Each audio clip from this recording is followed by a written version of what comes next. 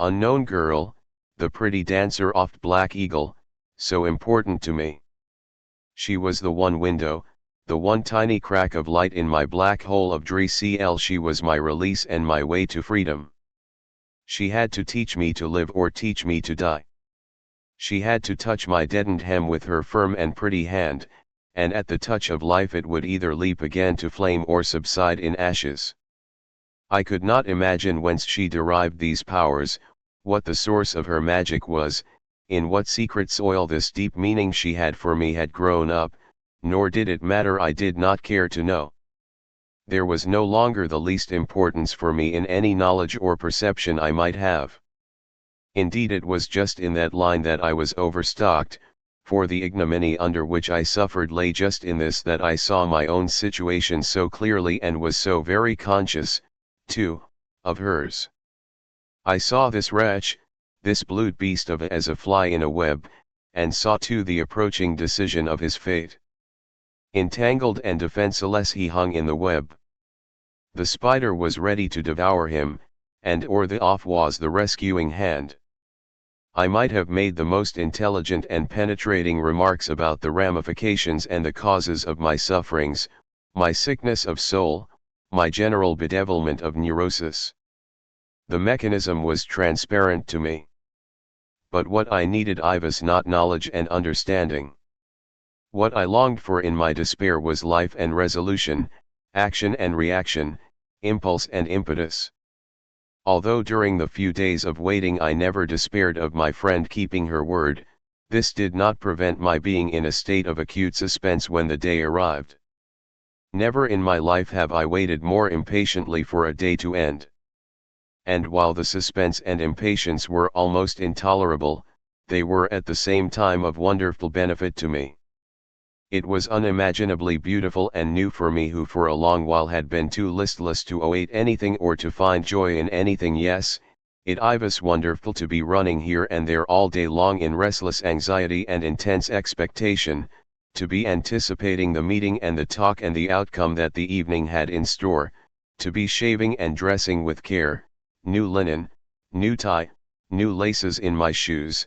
This intelligent and mysterious girl might be, and however she got into this relation to myself was all one. She was there. The miracle had happened.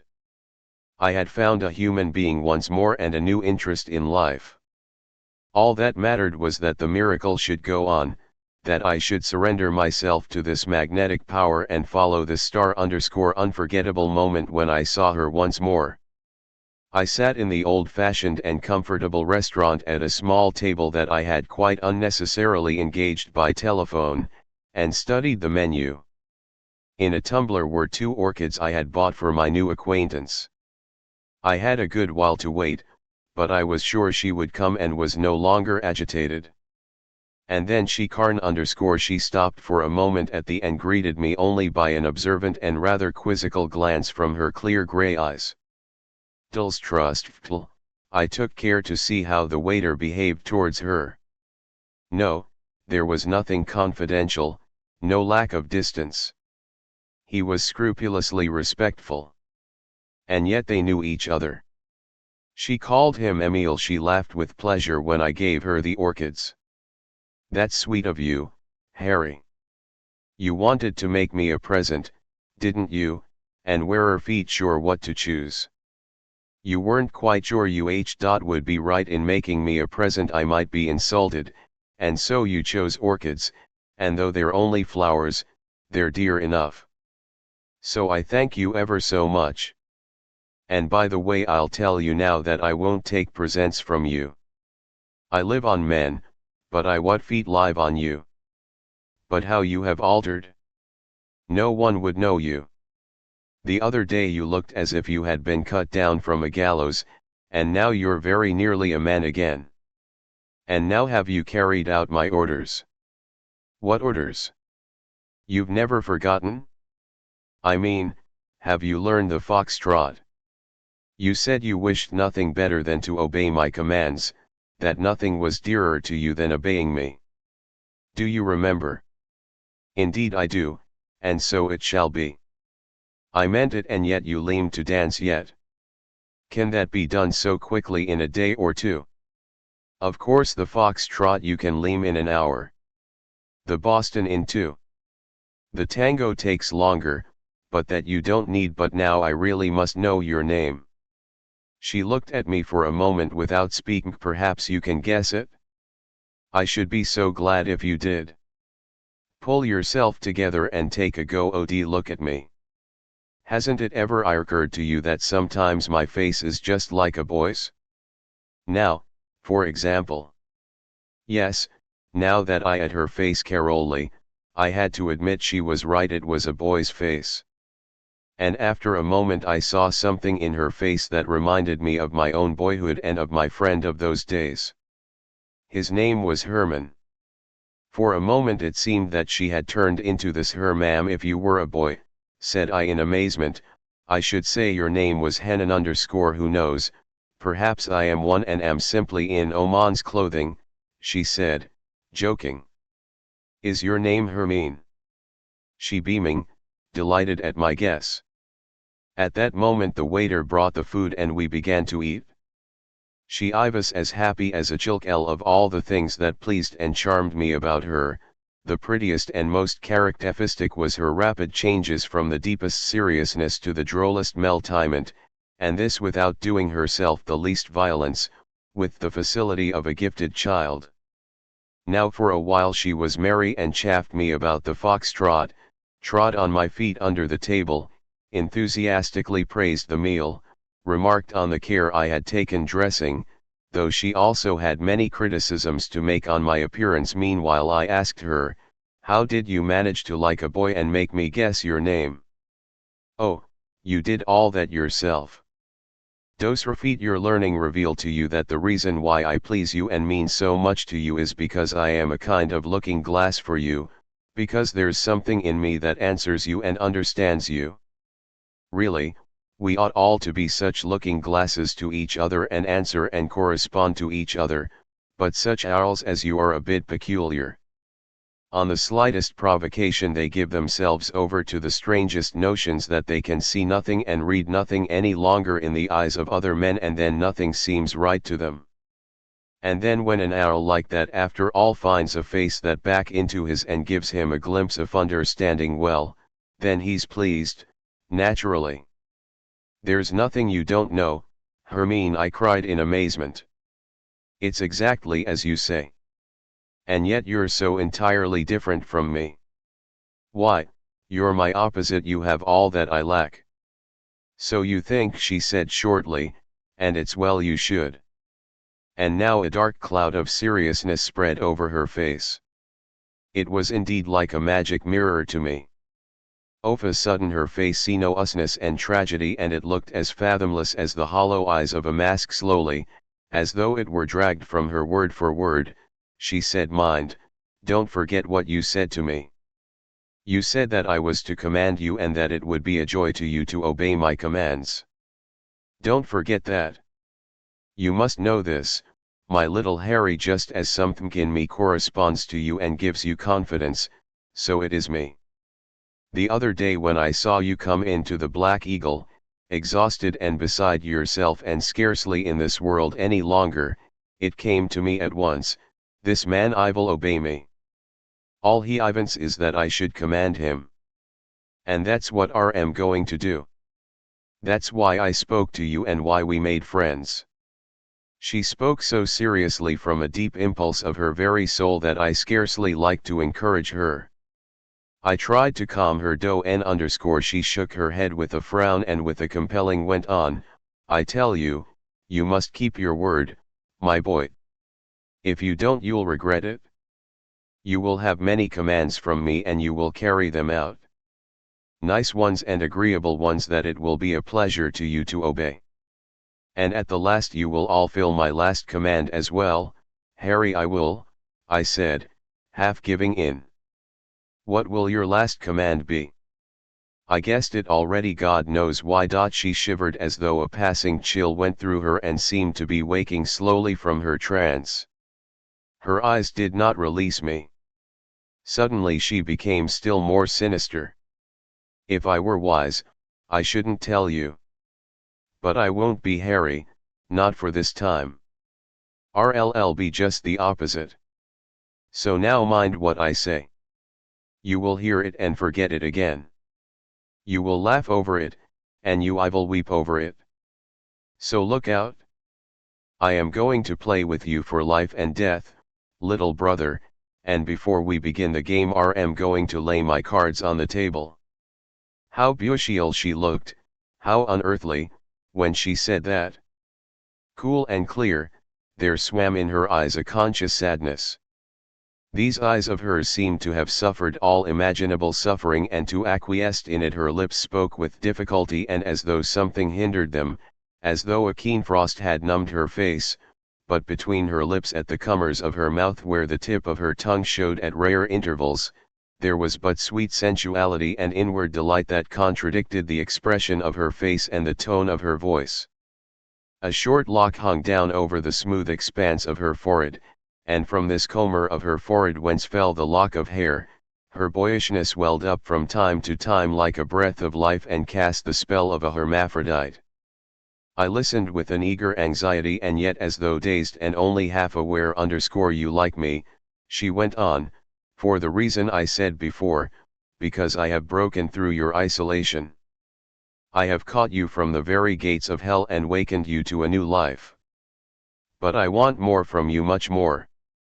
I want to make you fall in love with me. No, don't interrupt me. Let me speak. You like me very much. I can see that. And you're grateful to me. But you're not in love with me. I mean to make you fall in love with me, and it is part of me calling. It is my living to be able to make men fall in love with me. But mind this, I don't do it. I find you exactly captivating. I'm as little in with you as you with me. But I need you as you do me. You need me now, for the moment, because you're desperate. You're dying just for the lack of a push to throw you into the water and bring you to life again. You need me to teach you to dance and to laugh and to live. But I need you, not today, later, for something very important and beautiful too. When you are in love me I will give you my last command and you will obey it, and it I will the better for both of us. She pulled one of the brune and purple green veined orchids up a little in the glass and bending over stared a moment at the bloom. You won't find it easy, but you will do it. You will carry out my command and kill me. There, ask no more. When she came to the end her eyes were still on the orchid, and her face relaxed, losing its strain like a flower bud unfolding its petals. In an instant there was an enchanting smile on her lips while her eyes for a moment were still fixed, and then she gave a shake of her head with its little boyish lake, took a sip of water, and realism of a sudden that we were at a meal fell to eating agam with appetite and enjoyment. I had heard her uncanny communication clearly word for word. I had even guessed Ivy had her last command was before she said it and was horrified no longer. All that she said sounded as convincing to me as a decree of fate. I accepted it without protest, and yet in spite of the terrifying seriousness with which she had spoken I did not take it all as wholly real and serious. While part of my soul drank in her words and believed in them, another part appeased me with a nod and took note that Hermine too, for all her wisdom and health and assurance, had her fantasies and twilight states. Scarcely was her last word spoken, a layer of unreality and ineffectuality settled over the whole scene. All the same I could not get back to realities and probabilities. If the sarn lightness as Hermine underscore and so I shall kill you one day? I asked, still half in a dream, while she laughed, and attacked her foul great relish. Of course she nodded lightly. Enough of that, it is time to eat. Harry, be an angel and order me a little more salad. Haven't you any appetite? It seems to me you've still to learn all the things that come naturally to other people, even the pleasure of eating. So look, my boy, I must tell you that this is the celebration of the duck, and when you pick the tender flesh from the bone it's a festal occasion and you must be just as eager and glad at e'en and delighted as a lover when he unhooks his lady for the first time. Don't you understand? Oh, you're a sheep. Are you ready? I'm going to give you a piece off the little bone. So open your mouth. Oh, what a fright you are. There he goes, squinting round in case anyone sees him taking a bite from my fork. Don't be afraid, you prodigal son, I won't make a scandal. But it's a poor fellow who can't take his pleasure without asking other people's permission. The scene that had gone before became more and more unreal. I was less and less able to believe that these were the same eyes that a moment before had been fixed in a dread obsession. But in this hemline was like life itself, one moment succeeding to the next and not one to be foreseen. Now she was eating, and the duck and the salad, the sweet and the liquor were the important thing, and each time the plates were changed a new chapter began. Yet though she played at being a child she had seen through me completely, and though she made me her pupil there and then in the game of living for each fleeting moment, she seemed to know more of life than is known to the wisest of the wise. It might the highest wisdom or the merest artlessness. It is certain in any case that life is quite disarmed by the gift to live so entirely in the present, to treasure with such eager care every flower by the wayside and the light that plays on every passing moment. Was I to believe that this happy child with her hearty appetite and the air of a gourmet was at the sarn time a victim of hysterical visions who wished to die? Or a carrial calculating woman who, unmoved herself, had the conscious intention of making me her lover and her slave? I could not believe it. No, her surrender to the moment was so simple and complete that the fleeting shadows and agitation to the very depths of the soul came to her no less than every pleasurable impulse and were lived as fully. Though I saw Hemline only for the second time that day, she knew everything about me and it seemed to me quite impossible that I could ever a secret from her. Perhaps she might not understand everything of my spiritual life, might not perhaps follow me in my relation to music, to Goethe, to Novalis or Baudelaire. This too, however, was open to question. Probably it would give her as little trouble as the rest. And anyway, what was there left of my spiritual life? Had feet all that gone to atoms and lost its meaning? As for the rest, my more personal problems and concerns, I had no doubt that she would understand them all.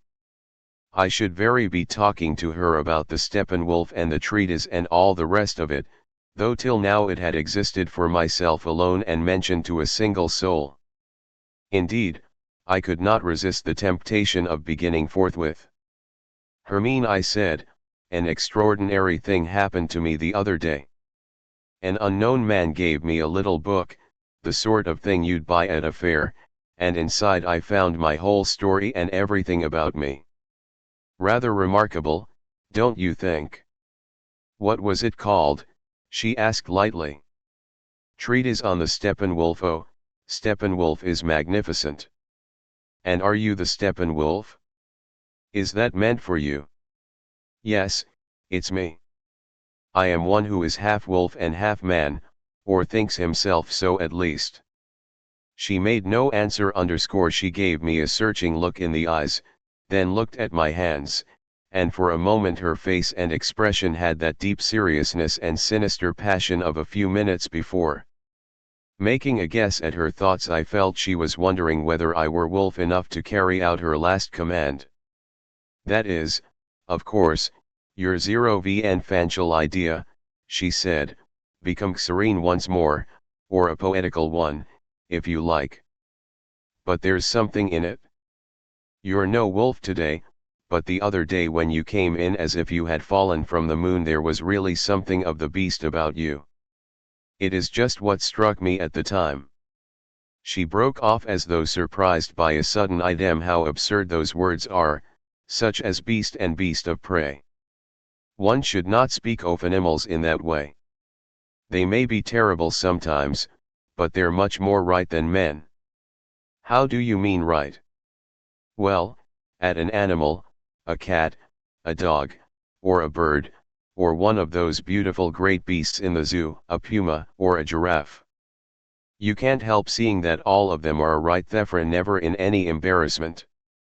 They always know what to do and how to behave themselves. They don't flatter and they don't intrude. They don't pretend. They are as they are, like stones or flowers or stars in the sky. Don't you agree? One did. Animals are sad as a rule, she went on. And when a man is sad, I don't mean because he has or has lost some money, but he sees, for once in a way, how it all is with life and everything, and is sad. Ernest, he always looks a little like an animal. He not only sad, but more right and more beautiful than usual. That's how it is, and that's how you looked, Steppenwolf, when I saw you for the first time. Well, Hermine, and what do you think about this book with a description of me in it? Oh, I Carfy always be thinking. Well, talk about it another time. You can give it to me to read one day. Or, no, if I ever start reading again, give me one of books you've written yourself. She asked for coffee and for a while seemed absent-minded and distraught. Then she suddenly beamed and seemed to have found a clue to her speculations. Hello, she cried, delighted, now got it? What have you got? The foxtrot.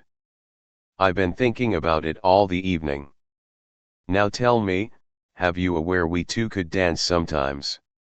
It doesn't matter if it's small, but there mustn't be anybody underneath to come up and play hell if his ceiling RLRKS a bit. Well, €s fine, you can learn to dance at home. Yes, I said in alarm, so much the better. But I thought music was required. Of course it's required. You've got to buy that. At the most it won't cost as much as a course of lessons. You save that because I'll give them myself. This way we have the music whenever we like, and at the end we have the gramophone in the bargain. The gramophone? Of course. You can buy a small one and a few dance records. Splendid, I cried, and if you bring it off and teach me to dance, the gramophone is yours as an honorarium. Agreed. I brought it out very pat, but scarcely from the heart. I could not picture the detested instrument in my study among my books, and I was by no means reconciled to the dancing either.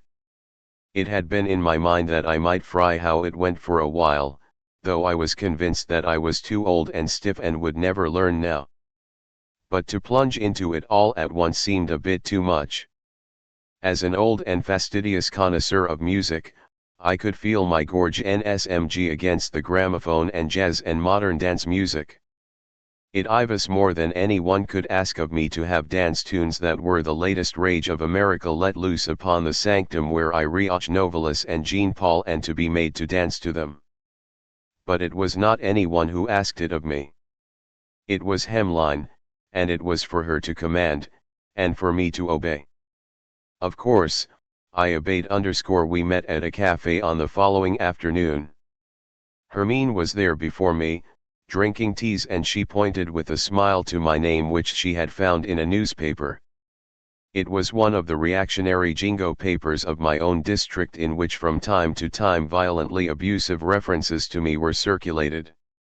During the war I had been opposed to it, and, after, I had from time to time counseled quiet and patience and humanity and a criticism that began at home, and I had resisted the nationalist jingoism that became every day more pronounced, more insane and unrestrained.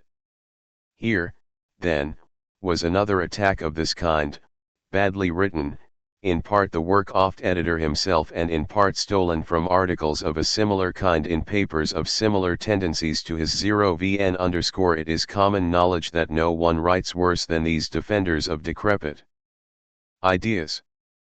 No one plies his trade with less of decency and conscientious care. Hermine had read the article, and it had informed her that Harry Haller was a noxious insect and a man who disowned his native land, and that it to reason that no God could come to the country so long as such persons and such ideas were tolerated and the minds of the young turned to sentimental ideas of humanity instead of to revenge by arms upon the hereditary. Is that you? Asked Hermine, pointing to my name. Well, you've made yourself some enemies and no mistake. Does it annoy you? I read a few lines.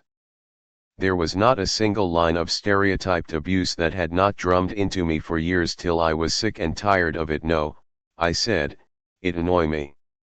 I was used to it long ago. Now and agam I have expressed the opinion that every nation, and even every person, would do better, instead of rocking himself to sleep with catchwords about war guilt, to ask himself how far his own faults and negligences and evil tendencies are guilty of the war and all the other wrongs of the world, and that therein lies the only possible means of avoiding the next war. They don't forgive me that, for, of course, they are themselves all guiltless, the Kaiser, the generals, the trade magnates, the politicians, the papers. Not one of them has the least thing to blame himself for. Not one has any guilt. One might believe that everything was for thee even though a few million men lie under the ground. And mind you, Hermine, even though such abusive articles cannot annoy me any longer, they often sadden me all the same. 2/3 of my countrymen read this kind of newspaper, read things I've written in this tone every morning and every night, are every day hwrked up and admonished and incited, and robbed of their peace of mind and better feelings by them, and the end and aim of it all is to have the war over again, the next war that draws nearer and nearer, and it will be a God deal more horrible than the last. All that is perfectly clear and simple. Anyone could comprehend it and reach the same conclusion after a moment's reflection. But nobody wants to. Nobody wants to avoid the next war. Nobody wants to spare himself and his children the next Holocaust if this be the cost. To reflect for one moment, to examine himself for a while and ask what share he has in the world's confusion and wickedness. Look you, nobody wants to do that. And so there's no stopping it, and the next war is being pushed on with enthusiasm by thousands upon thousands day by day. It has paralysed me since I knew it, and brought me to despair. I no country and no ideals left. All that comes to nothing but decorations for the gentleman by whom the next slaughter is ushered in. There is no sense in thinking or saying or writing anything of human import, to bother one's head with thoughts of 2 or 3 men who do that. There are thousands of papers, periodicals, speeches, meetings in public and in private, that make the opposite their daily endeavor and succeed in it too. Hermine had listened attentively. Yes, she said now, there you're right enough. Of course, there will be another war. One doesn't need to read the papers to know that. And of course one can be sad about it, but it isn't any use. It is just the same as when a man is sad to think that one day, in spite of his utmost efforts to prevent it, he will inevitably die.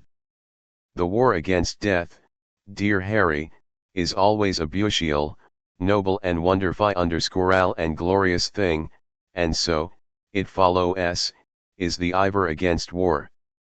But it is always and quixotic too. That is perhaps true, I cried heatedly, but truths like that we must all soon be dead and so it is all one and the same make the whole of life flat and stupid. Are we then to throw everything up and renounce the spirit altogether and all F01T and all that is human and let ambition and money immol forever while we await the next mobilization over a glass of beer? Remarkable the look that Hermine now gave me, a look all of amusement, of irony and roguishness and fellow feeling, and at the same time so grave, so wise, so unfathomably serious. You shan't do that, she said in a voice that was quite maternal. Your life will not be flat and dull even though you know that your war will never be victorious. It is far flatter, Harry, to fight for something good and ideal and to know all the time that you are bound to attain it. Are ideals attainable? Do we live to abolish death? No, we live to fear it and then again to love it, and just for death's sake it is that our spark of life glows for an hour now and then so brightly. You're a child, Harry. Now, do as I tell you and come along. We've a lot to get done today. I am not going to bother myself any more today about the war or the papers either. What about you? Oh, no, I had no wish to. We went together. It was our first walk in the town to a music shop and at gramophones. We turned them on and off and heard them play, and when we had found one that was very suitable and nice and cheap I wanted to buy it. Hermine, however, was not for such rapid transactions. She pulled me back and I had to go off with her in search of another shop and there, too, at and listen to gramophones of every and size, from the dearest to the cheapest, before she finally agreed to return to the first shop and buy the machine we first thought of. You see, I said, it'd been as simple to have taken it at once. Think so? And then perhaps tomorrow we should have seen the very same one in a shop window at 20 francs less. And besides, it's fun buying things and you have to pay for your fun. You've a lot to learn yet. We got a porter to carry the purchase home. Hermine made a careful of my. She commended the stove and the sofa, tried the chairs, picked up the stood along while in front of the photograph of Erica. We had put the gramophone on a chest of drawers among piles of, and now my instruction Hermine tummed on a foxtrot and, after showing me the first steps, began to take me in hand. I trotted obediently around with her, colliding with chairs, hearing her directions and failing to understand them, treading on her toes, and being as clumsy as I was conscientious. After the second dance she threw herself on the sofa and laughed like a child. Oh! How stiff you are! Just go straight ahead as if I were walking. There's not the least need to exert yourself. Why, I should think you have made yourself positively hot, haven't you? No, let's rest FME minutes. Dancing, don't you see, is every bit as easy as thinking, when you can do it, and much easier to learn. Now you can understand why people won't get the habit of thinking and prefer calling Herr Haller a traitor to his country and waiting quietly for the next war to come along. In an hour she was gone, assuring me that it would go better next time. I had my thoughts about that, and I was sorely disappointed over my stupidity and clumsiness. It did not seem to me that I had learned anything whatever, and I did not believe that it would go better next time. No, one had to bring certain qualities to dancing that I was entirely without: gaiety, innocence, frivolity, elasticity. Well, I had always thought so. But there, the next time it did in fact go better. I even got some FFN out of it, and at the end of the lesson Hermine announced that I was now proficient in the foxtrot. But when she followed it up by saying that I had to dance with her the next day at a restaurant, I was thrown into a panic and resisted the idea with. She reminded me coolly of my oath of and arranged a meeting for tea on the following day at the Balance Hotel. That evening I sat in my room and tried to read, but I could not. I was in dread of the morrow. It was a most horrible thought that I, ATL elderly, shy, touchy crank, was to frequent one of those modem descents of jazz music, the dansant, and a far more horrible thought that I was to figure there as a dancer, though I did not in the least know how to dance.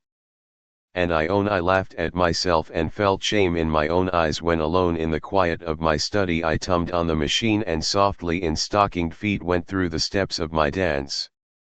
A small orchestra played every other day at the Balance Hotel and tea and whiskey were served. I made an attempt at bribing Hermine. I put cakes before her and proposed a of go-od wine, but she was inflexible. You're not here for your amusement today. It is a dancing lesson. I had to dance with her 2 or 3 times, and during an interval she introduced me to the saxophone player, a dark and good-looking youth of Spanish or South American origin, who, she told me, could play on all instruments and talk every language in the world. This seigneur appeared to know Hermine well and to on excellent terms with her. He had two saxophones of different sizes in front of him which he played on by turns, while his darkly gleaming eyes scrutinized the dancers and beamed with pleasure. I was surprised to feel something like jealousy of this agreeable and charming musician, not a lover's jealousy, for there was no question of love between Hermine and me, but a subtler jealousy of their friendship, for he did not seem to me so eminently worthy of interest, and even reverence, with which she so conspicuously distinguished him. I apparently was to meet some queer people, I thought to myself in ill humor. Then Hermine was asked to dance again, and I was left alone to drink tea and listen to the music, a kind of music that I had never till that day known how to endure. Good, I thought, so now I am to be initiated, and made to feel at home in this world of idlers and pleasure seekers, a world that is utterly strange and repugnant to me and that to this day I have always carefully avoided and utterly despised, a smooth and stereotyped world of marble-top tables, jazz music, cocottes and commercial travelers. Sadly, I swallowed my tea and stared at the crowd of second-rate elegance. Two beautiful girls caught my eye. They were both go-od dancers. I followed their movements with admiration and envy. How elastic, how beautiful, and gay and certain their steps. Hermine appeared once more. She was not pleased with me. She scolded me and said that I was not there to wear such a face and sit idling at tea tables. I was to pull myself together, please, and dance. What? I knew no one. That was not necessary. Were there, then, no girls there who met with my approval? I pointed out one of the two, and the more who happened at the moment to be standing near us. She looked enchanting in her pretty dress with her short luxuriant blonde hair and her rounded womanly arms. Hermine insisted that I should go up to her phone and ask her to dance. I shrank back in despair. Indeed, I cannot do it, I said in my misery. Of course, if I were young and good-looking, but for a stiff old hack like me who can't dance for the life of him, she would laugh at me. Hermine looked at me contemptuously. And that I should laugh at you, of course, matter. What a coward you are. Everyone risks being laughed at when he addresses a girl. €s always at stake. So take the risk, Harry, and if the worst come to the end, wrst let yourself be laughed at. Otherwise if's all up with my belief in your obedience. She was obdurate. I got up automatically and approached the young beauty just as the music began again. As a matter of fact, I'm engaged for this one, she said and looked me up and down with her large clear eyes, but my partner seems to have got stranded at the bar over there, so come I her and performed the first steps, still in amazement that she had not sent me my business. She was not long in taking my measure and in taking charge of me. She danced wonderfully and I caught the infection. I forgot for the moment all the rules I had conscientiously learned and simply floated along. I felt my partner's taut hips, her quick and pliant knees, and looking in her young and radiant face I owned to her that this was the first time in my life that I had ever really danced. She smiled encouragement and replied to my enchanted gaze and flattering words with a wonderful compliance, not of words, but of movements whose soft enchantment brought us more closely and delightfully in touch. My right hand held her waist firmly and I followed every movement of her feet and arms and shoulders with eager happiness. Not once, to my astonishment, did I step on her feet, and when the music stopped, we both stood where we were and clapped till the dance was played again, and then with a lover's zeal I devoutly reformed the rite once more. When, too, the dance came to an end, my beautiful partner in VLRT disappeared and I suddenly saw Hermine standing near me. She had been watching us. Now do you see, she laughed approvingly. Have you made the discovery that women's legs are not table legs? Well, bravo. You know the foxtrot now, thank the Lord. Tomorrow we'll get on to the Boston, and in 3 weeks there's the masked ball at the Globe Rooms. We had taken seats for the interval when the charming young Herr Pablo, with a friendly nod, sat down beside Hermine. He seemed to be very intimate her. As for myself, I must own that I was not by any means delighted with the gentleman at this first encounter. He was good looking, I could not deny, of face and figure, but I could not discover what further advantages he had. Even his linguistic accomplishments sat very lightly on him, to such an extent, indeed, that he did not speak at all beyond uttering such words as please, thanks, you bet, rather, and hello. These, certainly, he knew in several languages. No, he said nothing, this Señor Pablo, nor did he even appear to think much, this charming caballero.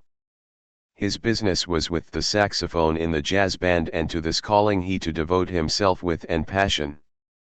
Often during the course of the music he yelled suddenly, clap with his hands, or permit himself other expressions of enthusiasm, such as, sing out oh oh oh, ha has hello.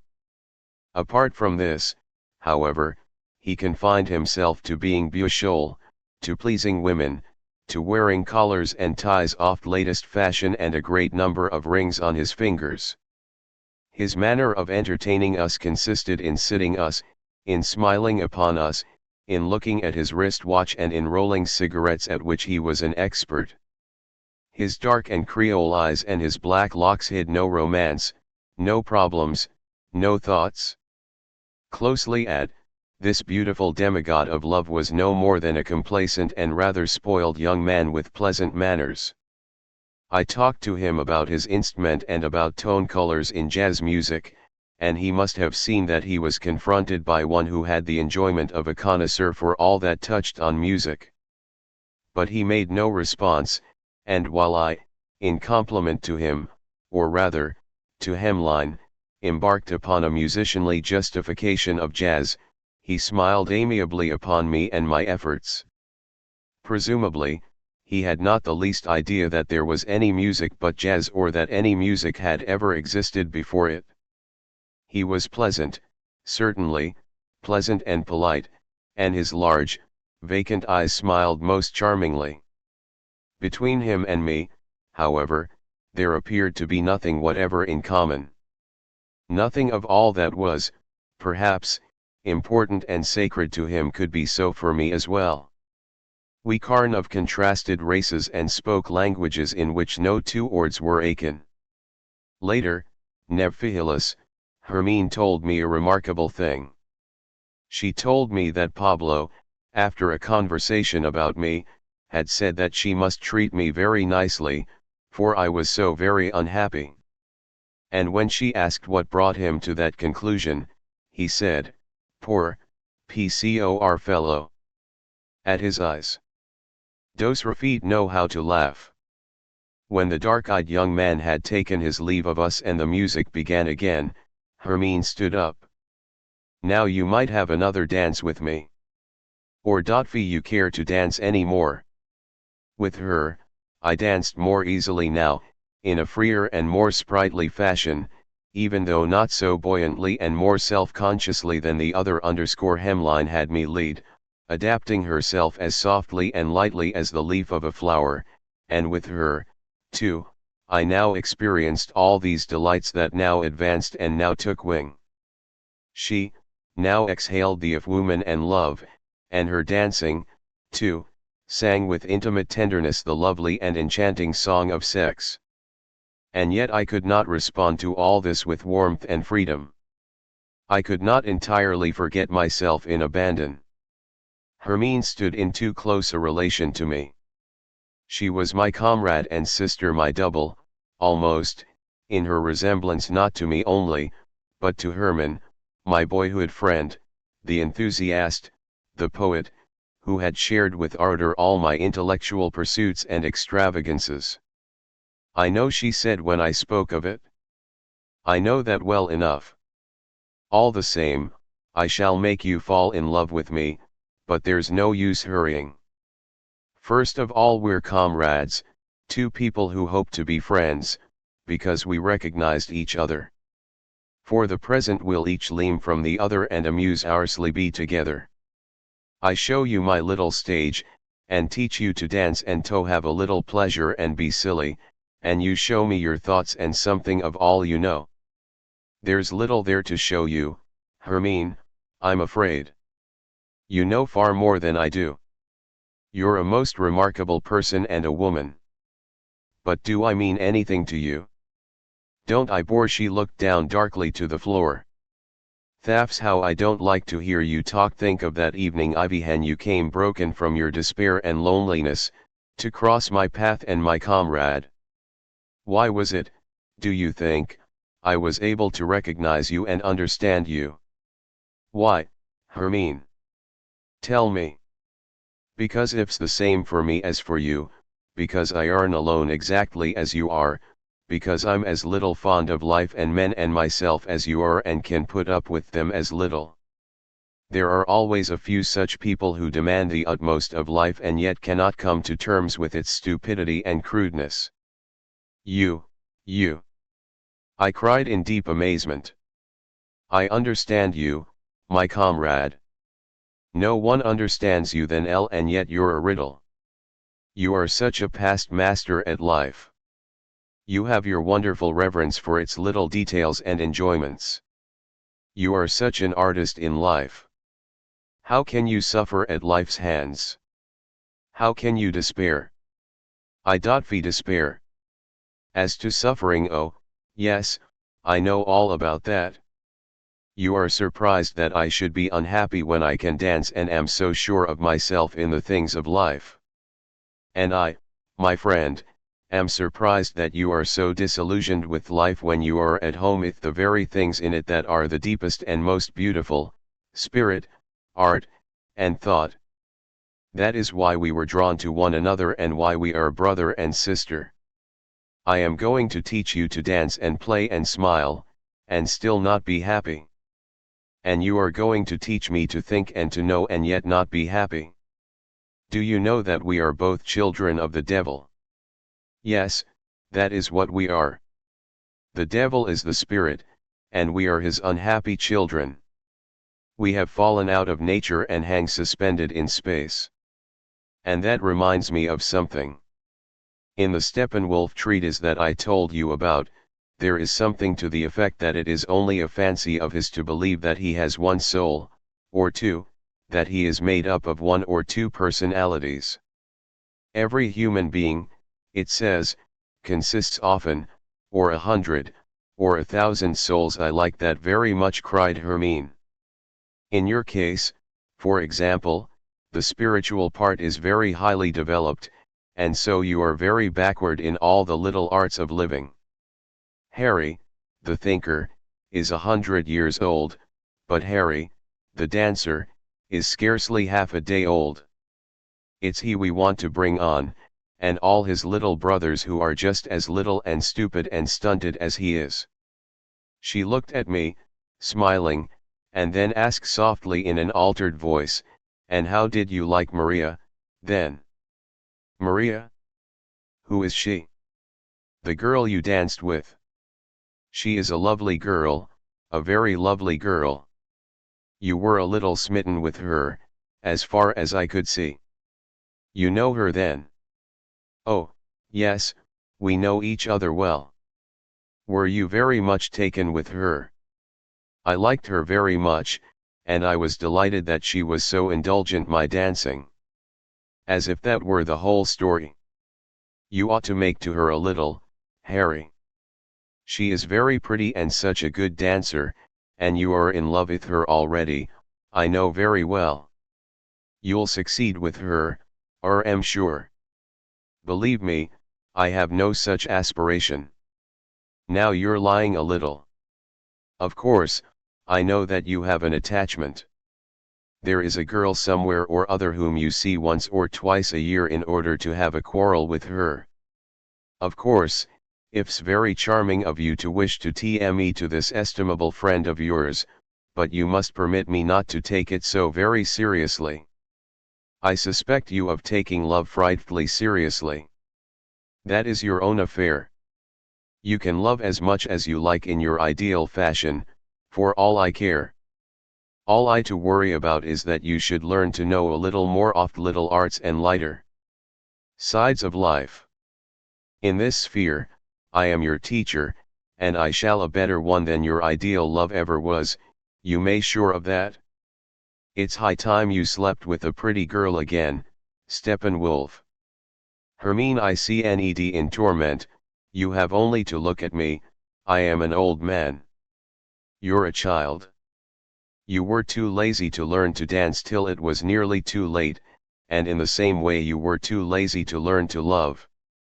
As for ideal and tragic love, that, I don't doubt, you can do marvelously, and all honor to you. Now you will learn to love a little in an ordinary human way. We have made a start.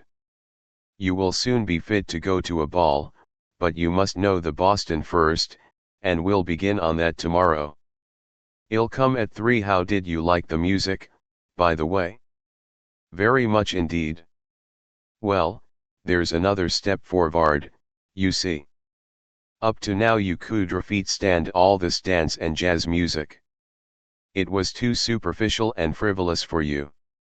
Now you have seen that there's no need to take it seriously, and that it can all the same be very agreeable and delightful, and, by the way, the whole orchestra would be nothing without Pablo. He conducts it and puts fire into it. Just as the gramophone contaminated the aesthetic and intellectual atmosphere of me study, and just as the American dances broke in as strangers and disturbers, yes, and as destroyers, into my carefully tended garden of music, so, too, from all sides there broke in new and dreaded and disintegrating influences upon my life that, till now, had been so sharply marked off and so deeply secluded. The Steppenwolf treatise and hemline were right in their doctrine of the 1,000 souls. Every day new souls kept springing up beside the host of old ones, making clamorous demands and creating confusion, and now I saw as clearly as in a picture what an illusion my former personality had been. The few capacities and pursuits in which I had happened to be strong had all my attention, and I had painted a picture of myself as a person who was in fact nothing more than a most refined and educated specialist in poetry, music, and philosophy, and as such I had lived, leaving all the rest of me to be a chaos of potentialities, instincts, and impulses which I found an encumbrance and gave the label of Steppenwolf. Meanwhile, though cured of an illusion, I found this disintegration of the personality by no means a pleasant and amusing adventure. On the contrary, it was often exceedingly painful, often almost intolerable. Often the sound of the gramophone was truly fiendish to my ears in the midst of surroundings where everything was tuned to so very different a key, and many a time, when I danced my one step in a stylish restaurant among pleasure seekers and elegant rakes, I felt that I was a traitor to all that I was bound to hold most sacred.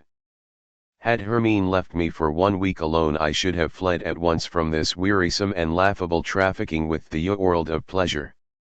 Hermine, however, was always there. Though I might not see her every day, I was all the same continually under her eye, guided, guarded, and counseled. Besides, she read all my mad thoughts of rebellion and escape in my face, and smiled at them.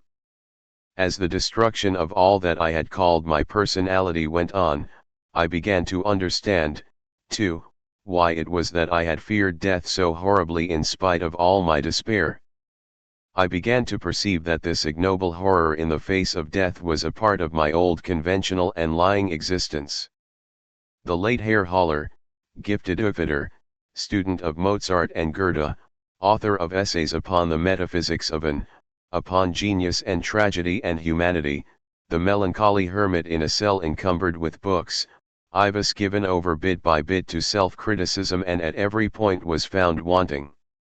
This gifted and interesting Herr Haller had, to be sure, preached reason and humanity and had protested against the barbarity of the war, but he had not let himself stood against a wall and shot, as would been the proper consequence of his way of thinking. He had found some way of accommodating himself, one, of course, that was outwardly reputable and noble, but still a compromise and no more. He was, further, opposed to the power of capital, and yet he had industrial securities lying at his bank and spent the interest from them without a pang of conscience. And so it was all through. Harry Haller had, to be sure, rigged himself out finely as an idealist and contemner of the world, as a melancholy Hamlet and growling prophet. At bottom, however, he was a bourgeois who took exception to a life like Hermann's and was much annoyed over the nights thrown away in a restaurant and the money squandered there, and had them on his conscience. Instead of longing to be freed and completed, he longed, on the contrary, most earnestly to get back to those happy times when his intellectual trifling had been his diversion and brought him fame.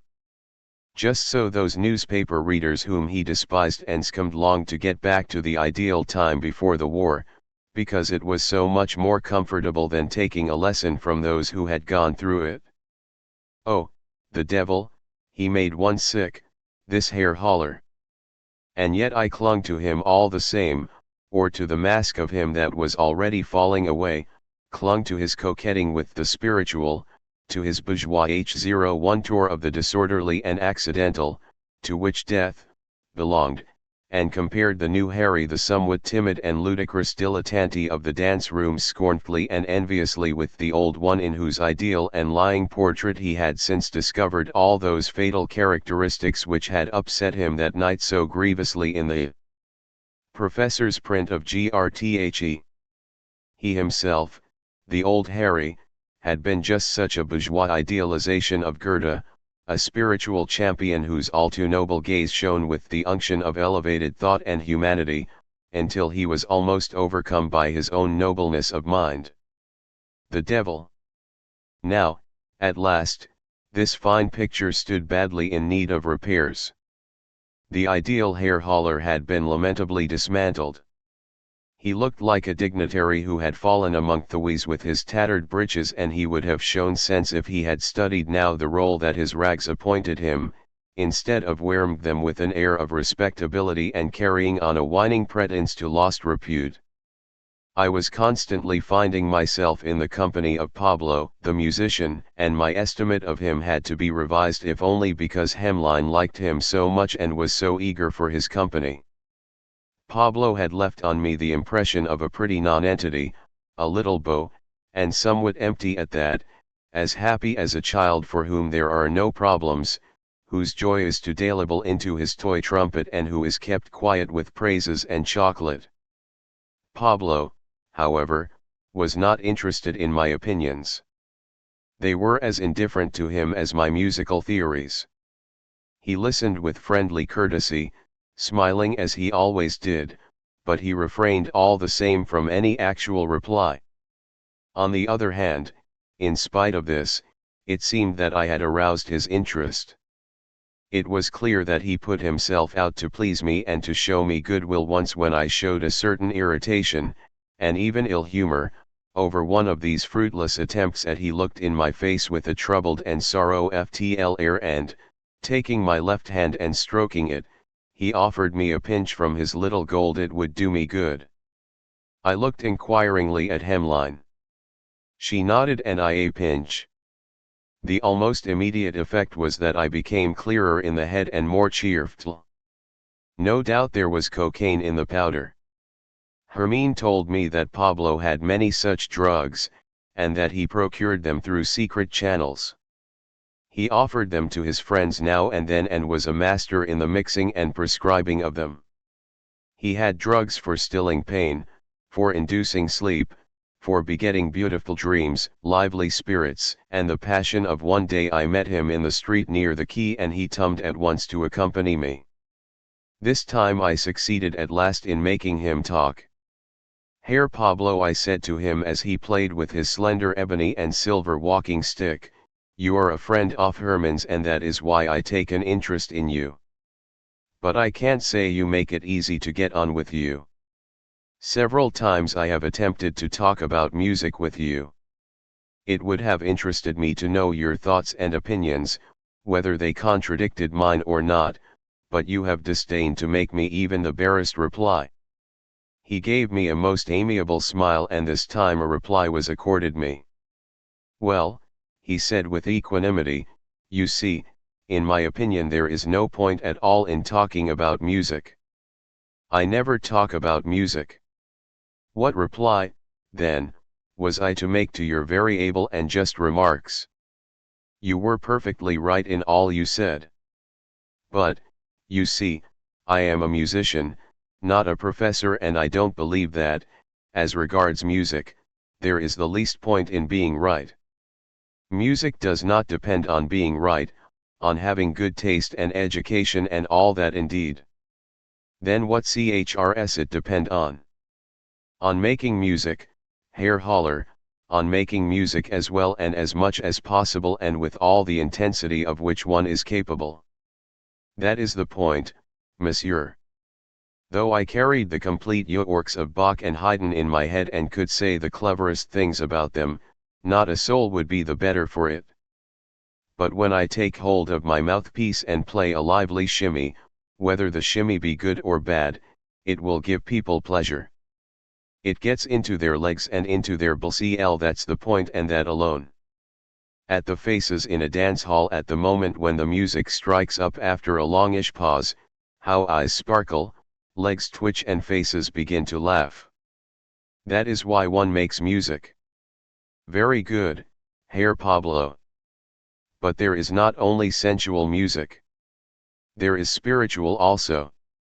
Besides the music that is actually played at the moment, there is the immortal music that lives on even when it is not actually being played. It Carl happened to a man to lie alone in bed and to call to mind a melody from the magic flute or the Matthew Passion, and then there is music without anybody blowing into a flute or passing it across a fiddle. Certainly, Herr Haller _yearning and Valencia are recalled every night by many a lonely dreamer.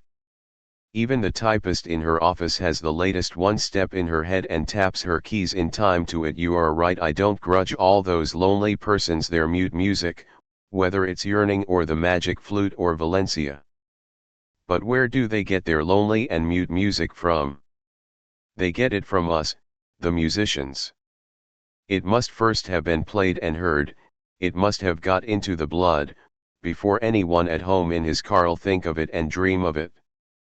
Granted, I said coolly, all the same it won't do to put Mozart and the latest foxtrot on the same, and it is not one and the sarn thing whether you play people divine and itmal music or cheap stuff of the day that is forgotten tomorrow. When Pablo observed from my tone that I was getting excited, he at once put on his most amiable expression and touching my arm caressingly he gave an unbelievable softness to his voice. Ah, my dear sir, you may be perfectly right with your levels. I have nothing to say to your putting Mozart and Haydn and Valencia on what levels you please. It is all one to me. It is not for me to decide about levels. I shall never be asked about them. Mozart will still be played in 100 years and Valencia in 2 will be played no more. We can well leave that, I think, in GNI's hands. God is good and has the span of all our days in his hands, and that of every waltz and foxtrot he is sure to do what is right. We musicians, however, we must play our parts according to our duties and our gifts. We have to play what is actually in demand, and we have to play it as well and as beautifully and as expressively as we can. With a sigh I gave it up.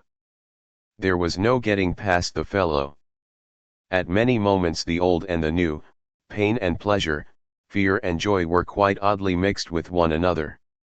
Now I was in heaven, now in hell, generally in both at once. The old Harry and the new at one moment in bitter strife, at the next in peace. Many a time the old Harry appeared to be dead and done with, to have died and been buried, and then of a sudden there he was again, giving orders and tyrannizing and contradictory till the little new young Harry was silent for very shame and let himself be pushed to the wall. At other times the young Harry took the old by the throat and squeezed with all his might. There was many a groan, many a death struggle, many a thought of the razor blade. Often, however, suffering and happiness broke over me in one wave. One such moment was when a few days after my first public exhibition of dancing, I went into my bedroom at night and to my indescribable astonishment, dismay, honor and enchantment found the lovely Marla lying in my bed. Of all the surprises that Hermine had prepared for me, this was the most violent, for I had not a moment's doubt that it was she who had sent me this bird of paradise. I had not, as usually, been with Hermine that evening. I had been to a recital of old church music in the cathedral, a beautiful, though melancholy, excursion into my past life, to the fields of my youth, the territory of my ideal self. Beneath the lofty Gothic of the church, whose netted vaulting swayed with a ghostly life in the play of the sparse lights, I heard pieces by Buxtehude, Pache and Bach and Haydn. I had gone the old way once more. I had heard the magnificent voice of a Bach singer with whom, in the old days when we were friends, I had enjoyed many a memorable musical occasion. The notes of the old music myth, its external dignity and sanctity, had called to life all the exalted enchantment and enthusiasm of youth. I had sat in the lofty choir, sad and abstracted, a guest for an hour of this noble and blessed world which once had been my home. Dermke Haydn duet. The tears had come suddenly to my eyes. I had not waited for the end of the concert, dropping the thought I had had of seeing the singer again. What evenings I had once spent with the artists after such concerts, and stealing away out of the cathedral, I had wearily paced the dark and narrow streets, where here and there behind the windows of the restaurants jazz orchestras were playing the tunes of the life I had now come to live. Oh, what a dull maze of error I had made of me life! For long during this night's walk I had reflected upon the significance of my relation to music, and not for the first time recognized this appealing and fatal relation as the destiny of the entire German spirit. In the German spirit the matriarchal link myth-nature rules in the form of the hegemony of music to an extent unknown in any other people. We intellectuals, instead of fighting against this tendency like men, and rendering obedience to the spirit, the logos, the word, and gain me a hearing for it, are all dreaming of a speech, words that utters the inexpressible and gives form to the formless. Instead of playing his part as usually and honestly as he could, the German intellectual has constantly rebelled against the word and against reason and courted music. And so the German spirit, carousing in music, in wonderful creations of sound, and wonderful of feeling and mood that were never pressed home to reality, has left the greater part of its practical gifts to decay. None of us intellectuals is at home in reality. We are strange to it and hostile. That is why the part played by intellect even in our own German reality, in our history and politics and public opinion, has been so lamentable a one. Well, I had often pondered all this, not without an intense longing sometimes to come to and do something real for once, to be seriously and responsibly active instead of occupying myself forever with nothing but aesthetics and intellectual and mystic pursuits. It always ended, however, in resignation, insult ender to destiny. The generals and the captains of industry were quite right. There was nothing to be made of us intellectuals. We were a superfluous, irresponsible lot of talented chatterboxes for whom reality had no meaning. With a curse, I came back to the razor. So, full of thoughts and the echoes of the music, my health weighed down with sadness and the longing of despair for life and reality and sense and all that was irretrievably lost, I had got home at last, climbed my stairs, put on the light in my sitting room, tried in vain to read, thought of the appointment which compelled me to drink whiskey and dance at the Cecil Bar on the following evening, thought with malice and bitterness not only of myself, but of Hermine too. She might have the best and kindest intentions and she might be a wonderful person, but she would have done better all the sarn to let me perish instead of drawing me down into this strange, dazzling, dizzying world of hers where I would always remain a stranger and where my real self pined and wasted away.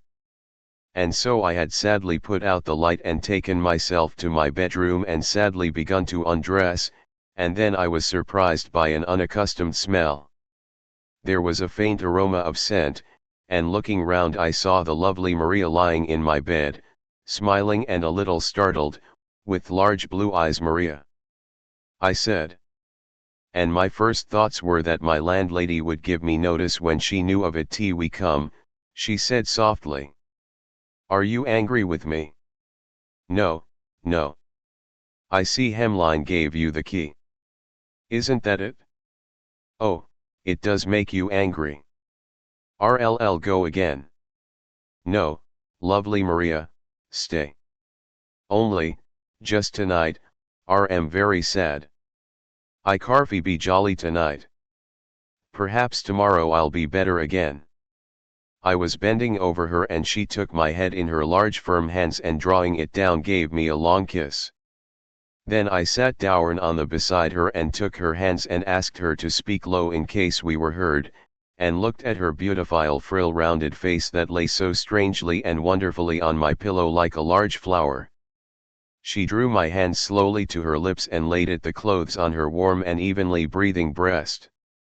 "You don't need to be jolly," she said. "Hermine told me that you had troubles.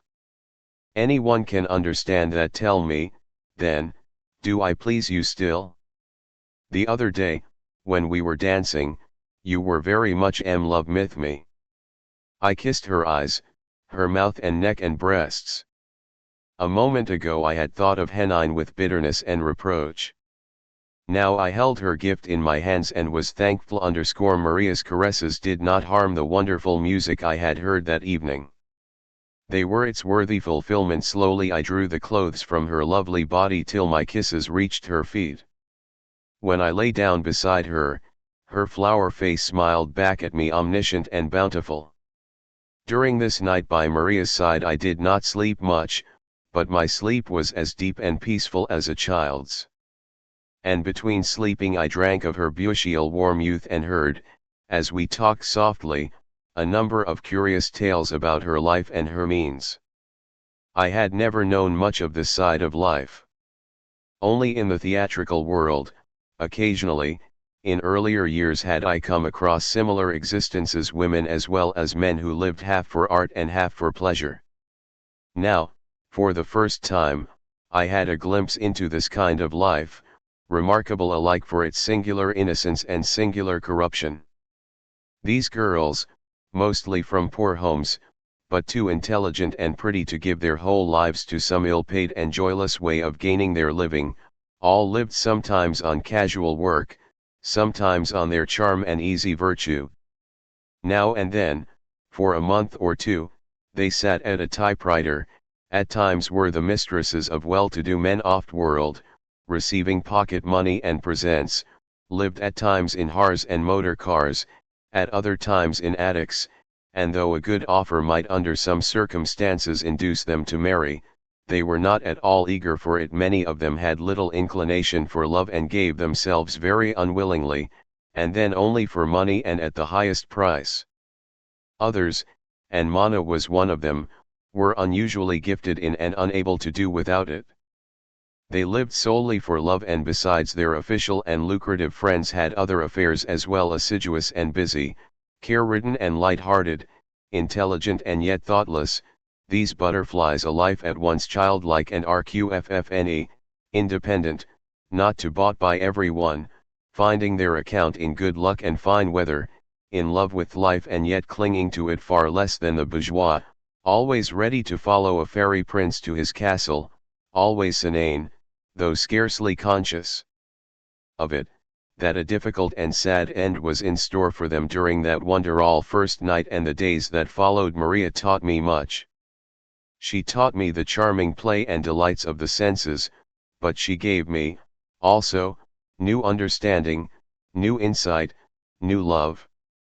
The world of the dance and pleasure results, the kmamas, bars and hotel lounges that for me, the Hamlet and aesthete, had always about it something trivial, forbidden, and degrading, was for Maria and Hermine and their companions the world pure and simple. It was neither good nor bad, neither loved nor hated. In this world their brief and eager lives flowered and faded. They were at home in it and knew all its ways. They loved a champagne or a special dish at a restaurant as one of us might a composer or poet, and they lavished the same enthusiasm and rapture and emotion on the latest craze in dances or the sentimental cloying song of a jazz singer as one of us on Nietzsche or Homsen. Maria talked to me about the handsome saxophone player, Pablo, and spoke of an Amenken song that he had sung them sometimes, and I was so carried away with admiration and as she spoke of it that I was far more moved and impressed than by the ecstasies of any highly cultured person over mystic pleasures of the rarest and most distinguished quality. I was ready to enthuse in sympathy, be the song what it might. Maria's loving words, her fond and tender eyes explore large gaps in the bulwark of my aesthetics. There was to be sure a beauty, one and indivisible, small and select, that seemed to me, with Mozart at the top, to be above all dispute and doubt, but where was the limit? Hadn't we all as connoisseurs and critics in our youth consumed with for works of art and for artists that today we regarded with doubt and dismay? Hadn't that happened to us Liszt and Wagner, and, to many of us, even with Beethoven? Wasn't the blossoming of Maria's childish emotion over the song from America just as pure and beautiful an anistic experience and exalted as far beyond doubt as the rapture of any academic bigwig over Tristan, or the ecstasy of a conductor over the Ninth Symphony? And didn't this agree remarkably well with the views of Herr Pablo and prove him right? Maria too appeared to love the beautiful Pablo extremely. "He certainly is a beauty," said Elle. "I like him very much too. But tell me, Maria, how can you have a fondness for me as well, a tiresome old fellow with no looks, who even has grey hairs and doesn't play a saxophone and sing any English songs?" "Don't talk so horribly," she scolded. "It is quite natural. I like you, too, have something nice about you that endears you and marks you out. I wouldn't have you different. One oughtn't to talk of these things and want them accounted for. Listen, when you kiss my neck or my ear, I feel that I please you, that you like me. You have a way of kissing as though you were shy, and that tells me, you please him. He is grateful to you for being pretty. That gives me great pleasure. And then again with another man it's just the opposite that pleases me, that he kisses me as though he thought little of me and conferred a favor. Again we fell asleep and again I woke to find my arms still about her, my beautiful flower. And this beautiful flower, strange to say, continued to be nonetheless the gift that Hermine had made me. Hermine continued to stand in front of her and to hide her with a mask. Then suddenly the thought of Erica intervened. My distant, angry love, my poor friend. She was hardly less pretty than Maria, even though not so blooming, and she was more constrained, and not so richly endowed in the little arts of making love. She stood a moment before my eyes, clearly and painfully, loved and deeply woven into my destiny, then fell away again in a deep oblivion, at a half-regretted distance. And so in the tender beauty of night many pictures of my life rose before me who for so long had lived in a poor pictureless vacancy. Now, at the magic touch of Eros, the source of them was opened up and flowed in plenty. For moments together my heart stood still between delight and sorrow to find how rich was the gallery of my life, and how thronged the soul of the wretched Steppenwolf with high eternal stars and constellations.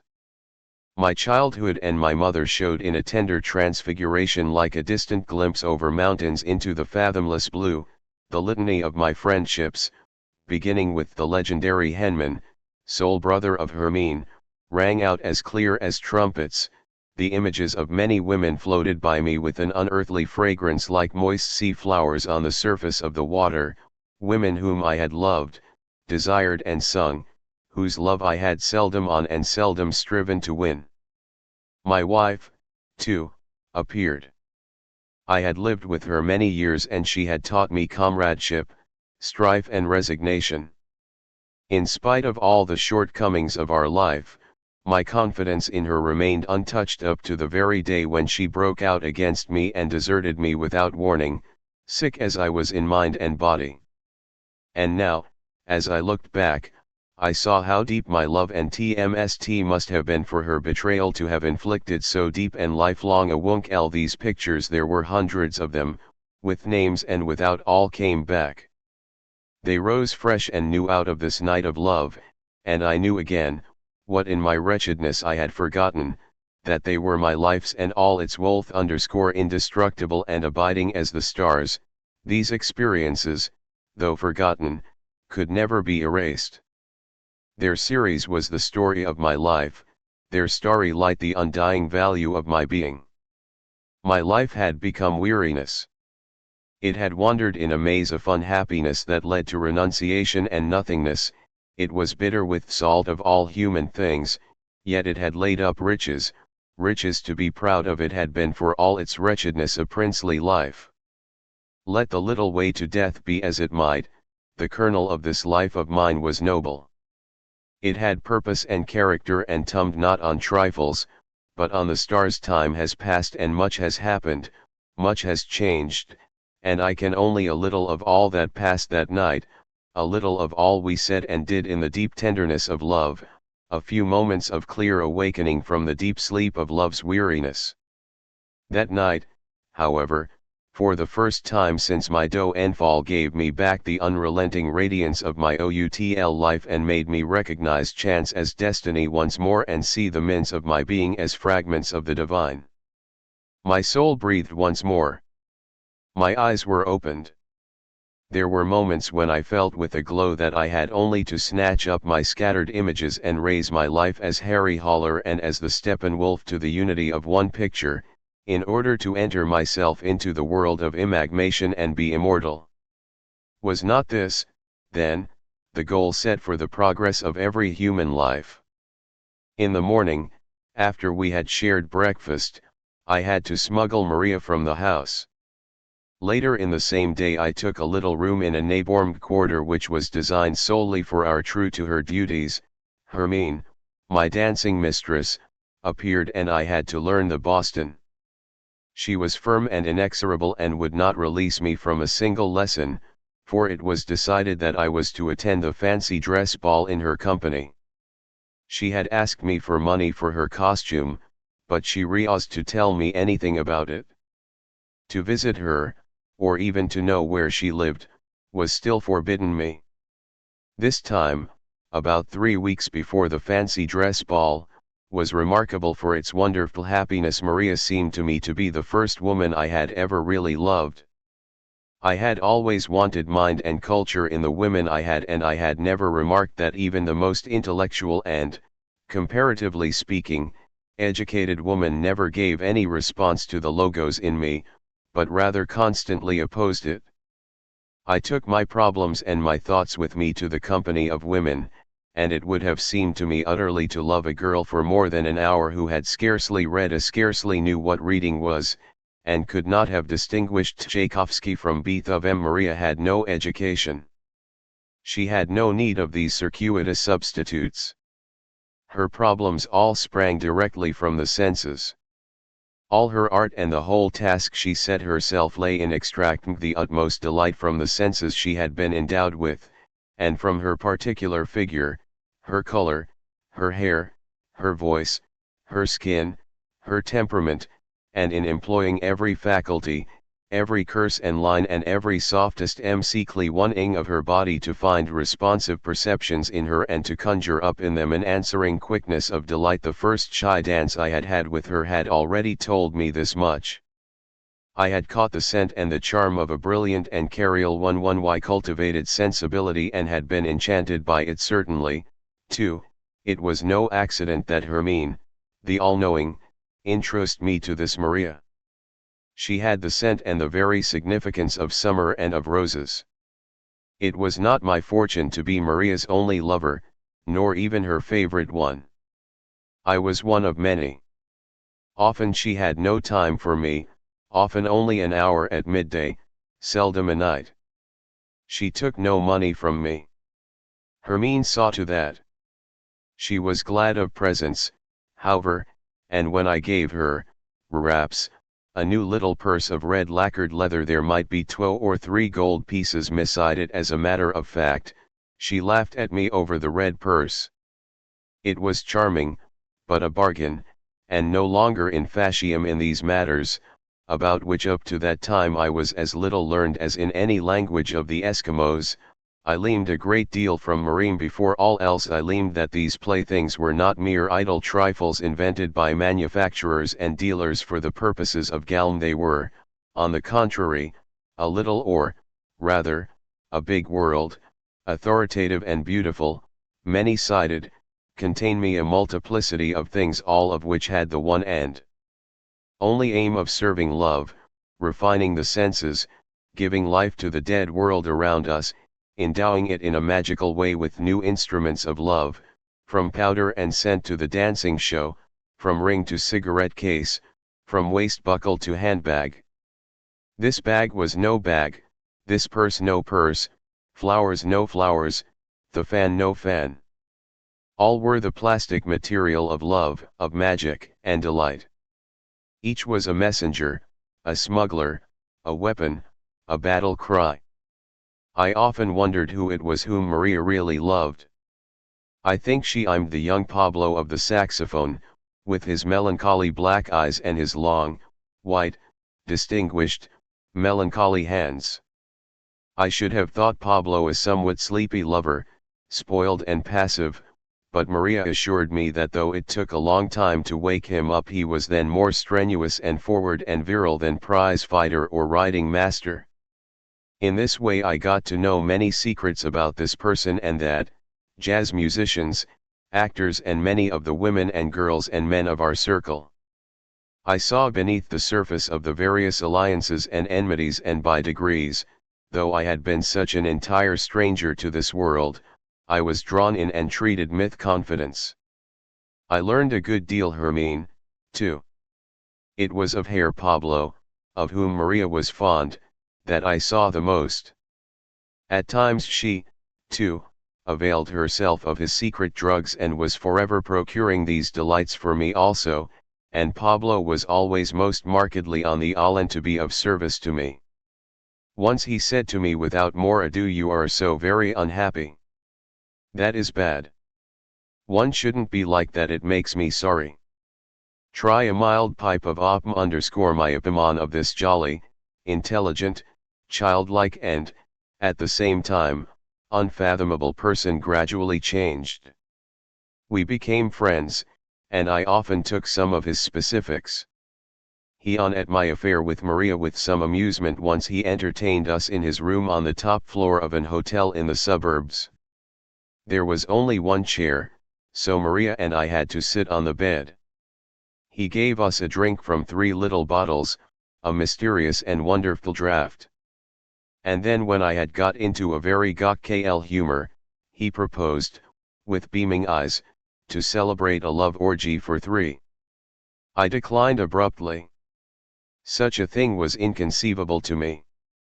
Nevertheless I stole a glance at Maria to see how she it, and though she at once backed up my refusal, I saw the gleam in her eyes and observed that the renunculation cost her some regret.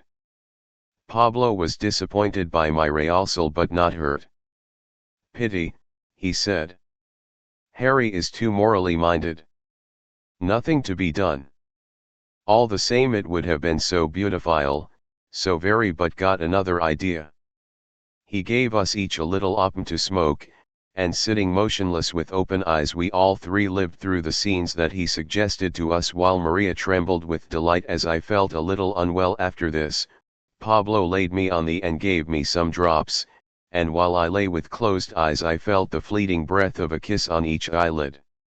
I took the kiss as though I believed it came from Maria, but I knew very well it came from him. And one evening he surprised me still more. Coming to me in he told me that he needed 20 francs and would I oblige him. In return he offered that I instead of him should have Maria for the night. Pablo, I said, very much shocked, you don't know what you say. Barter for a woman is counted among us as the last degradation. I have not heard your proposal, Pablo. He looked at me with pity. You don't want to, Herr Harry. Very gok you're always making difficulties for yourself. Don't sleep tonight with Maria if you would rather not. But give me the money all the same. You shall have it back. I urgent need of it. What for?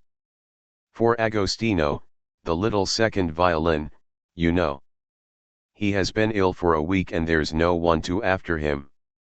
He hasn't a sou, nor have I at the moment. From curiosity and also partly to punish myself, I went with him to Agostino. He took milk and medicine to him in his attic, and a wretched one it was. He made his bed and aired the room and made a most professional compress for the fevered head, all quickly and gently and efficiently like a good sick nurse. The same evening I saw him playing till dawn in the city bar. I often talked at length and in detail about Maria with Hemline, her hands and shoulders and hips and her way of laughing and kissing and dancing. Has she shown you this? Asked Hermine on one occasion, describing to me a peculiar play of the tongue in kissing. I asked her to show it me herself, but she was most earnest in her reausal that is for later. I earn not your love yet. I asked her how she was acquainted with Maria's ways of kissing and with many secrets as well that could be known only to her. Oh, she cried, we're friends, after all. Do you think we'd have secrets from one another? I must say you've got hold of a beautiful girl. There's no one like her. All the same, Hermine, I'm sure you have some secrets from each other, or have you told her everything you know me? No, that's another matter. Those are things she would not understand. Maria is wonderful. You are phone unit _ but you and me there are things she has not a notion of. Naturally I told her a lot about you, much more than you would have liked at the time. I had to win her for you, you see. But neither Maria nor anyone else will ever understand you as I understand you. I've learned something about you from her, for she's told me all about you as far as she knows you at all. I know you nearly as well as if we had often slept together. It was curious and mysterious to know, when I was with Maria again, that she had had Hermine in her arms just as she had me. New, indirect and complicated relations rose before me, new possibilities in love and life, and I thought of the 1,000 souls of the Steppenwolf treatise _ in the short interval between the time that I got to know Maria and the fancy dress ball. I was really happy, and yet I never had the feeling that this was my release and the attainment of felicity. I had the distinct impression, rather, that all this was a prelude and a preparation, that everything was pushing eagerly forward, that the gist of matter I was to come. I was now so proficient in dancing that I felt quite equal to playing my part at the ball of which everybody was talking. Hermine had a secret. She the greatest care not to let out what her costume I was to be. You'll recognize her soon enough, she said, and should I fail to do so, she would help me, but beforehand I was to know nothing. She was not in the least inquisitive to know my plans for a fancy dress, and I decided that I should not wear a costume at all. Mana, when I asked her to go with me as my partner, explained that she had a cavalier already and a ticket too, in fact, and I saw with some disappointment that I should have to attend the festivity alone. It was the principal fancy dress ball of the town, organized yearly by the of artists in the rooms. During these days I saw little of Hermine, but the day before the ball she paid me a brief visit. She came for her ticket, which I had got for her, and sat quietly with me for a while in my room. We fell into a conversation so remarkable that it made a deep impression on me. "You're really doing splendidly," she said. "Dancing suits you. Anyone who hadn't seen you for the last 4 weeks would scarcely know you. Yes, I agreed. Things haven't gone so well with me for years. That's all you're doing, Hermine_O, not the beautiful Maria's. No. She is a present from you like all the rest. She is wonderful. She is just the girl you need, Steppenwolf, pretty, young, light-he mad, and extra right in love and not to had every day. If I hadn't to share her with others, if she weren't always merely a fleeting guest, it would be another matter. Yes, I had to concede this too. And so have you really got everything you want now? No, Hermine. It is not like that. Ilhat I have got is very beautiful and delightful, a great pleasure, a great consolation. I'm really happy. Well then, what more do you want? I do want more. I am not content with being happy. I was not made for it. It is not my destiny. My destiny is the opposite, to be unhappy in fact. Well, you've had that and to spare, that time when you couldn't go home because of the razor. No, Hermine, it is something else. That time, I grant you, I was very unhappy. But it was a stupid unhappiness that led to nothing. Why? Because I should not have had that fear of death when I wished for it all the same. The unhappiness that I need and long for is different. It is of the kind that will let me suffer you. With eagerness and lust after death. That is the unhappiness, or happiness, that I am waiting for. I understand that. There we are, brother and sister. But what have you got against the happiness that you have found now with Maria? Why aren't you content? I have nothing against it. Oh, no, I love it. I'm grateful for it. It is as lovely as a sunny day in a wet summer. But I suspect that it can't last. This happiness leads to nothing either. It gives content, but content is no food for me. It lulls the Steppenwolf to sleep and satiates him. But it is not a happiness to die for. So it's necessary to be dead, Steppenwolf. I think so, yes. My happiness fills me with content and I can bear it for a long while yet. But sometimes when happiness leaves a moment's leisure to look about me and long for things, the longing I have is not to keep this happiness forever, but to suffer once again, only more beautifully and less meanly than before. I long for the sufferings that make me ready and willing to die. Hermine looked tenderly in my eyes with that dark look that could so suddenly come into her face. Lovely, fearful eyes. Picking her words one by one and piecing them together, and speaking slowly and so low that it was an F01T to hear her, she said, I want to tell you something today, something that I have known for a long while, and you know it but you have never said it to yourself. I am going to tell you now what it is that I know about you and me and our fate.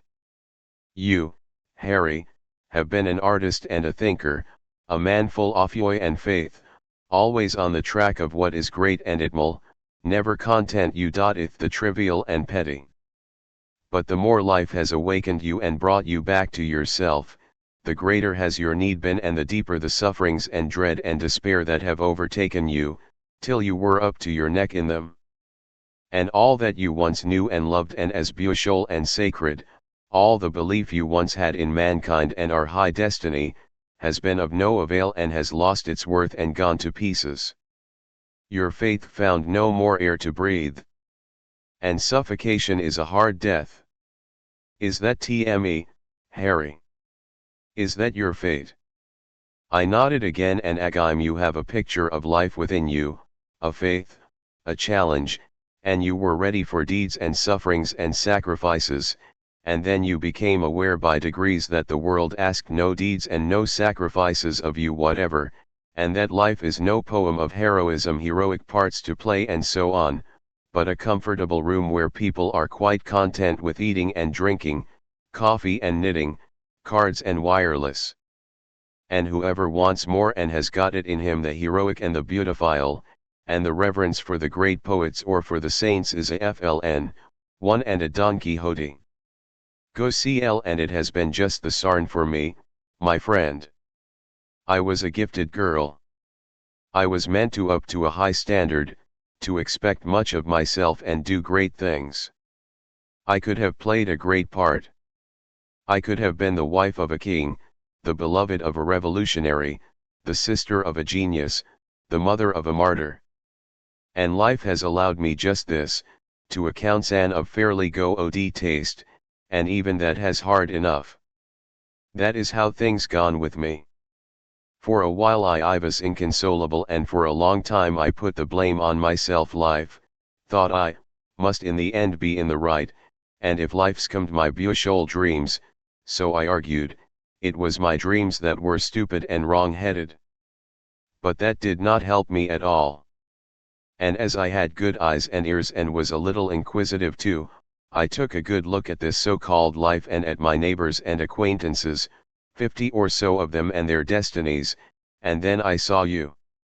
And I knew that my dreams had been right 1,000 times over, just as yours had been. It was life and reality that were wrong. It was as little right that a woman like me should have no other choice than to grow old in poverty and in a senseless way at a typewriter in the pay of a money-maker, or to marry such a man for his money's sake, or to become some kind of drudge, as for a mortal like you to be forced in his loneliness and despair to have recourse to a razor. Perhaps the trouble with me was more material and moral, and with you more spiritual, but it was the Sarn road. Do you think I can't understand your horror of foxtrot, your dislike of bars and dancing, your loathing of jazz and the rest of it? I understand it only, and your dislike of politics as well, your despondence over the chatter and irresponsible antics of the parties and the press, your despair over the war, the one that has been and the one that is to be, over all that people nowadays think, read, and build, over the music they play, the celebrations they hold, the education they carry. You are right, Steppenwolf, right 1,000 times over, and yet you must go to the evil _ you are much too exacting and hungry for this simple, easy-going and easily contented world of today. You have a dimension too many. Whatever wants to live and enjoy his life today must not be like you and me. Whoever wants music instead of noise, joy instead of pleasure, soul instead of gold, creative work instead of business, passion instead of foolery, finds no home in this trivial world of ours. She looked down and fell into meditation. Hermine, I cried tenderly, sister, how clearly you see. And yet you taught me the foxtrot. But how do you mean that people like us, a dimension too many, cannot hear? What brings it? Is it only so in our days, or was it so always? I don't know. For the honor of the world, I will suppose it to in our time only a disease, a momentary misfortune. Our leaders strain every nerve, and with success, to get the next war going, while the rest of us, meanwhile, dance the foxtrot, earn money and eat chocolates. Such a time the world must indeed cut a poor figure. Let us hope that other times were better, and will be better again, richer, broader and deeper. But that is no help to us now. And perhaps it has always been the same always as it is today? Always a world only for politicians, profiteers, waiters, and pleasure seekers, and not a breath of air for men. Well, I don't know. Nobody knows. Anyway, it is all the same. But I am thinking now of your favorite, of whom you have talked to me sometimes, and read me some of his letters, of Mozart. How was it with him in his day? Who controlled things in his times and ruled the roost and gave the tone and counted for something? Was it Mozart or the business people, Mozart, or the average man? And in what fashion did he come to die and be buried?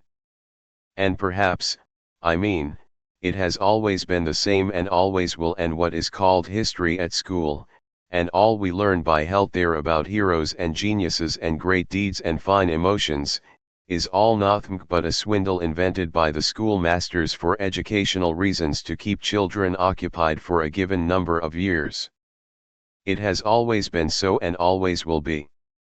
Time and the world, money and power belong to the small people and the shallow people to the rest, to the real men belongs nothing. Nothing but death. Nothing else. Yes, eternity.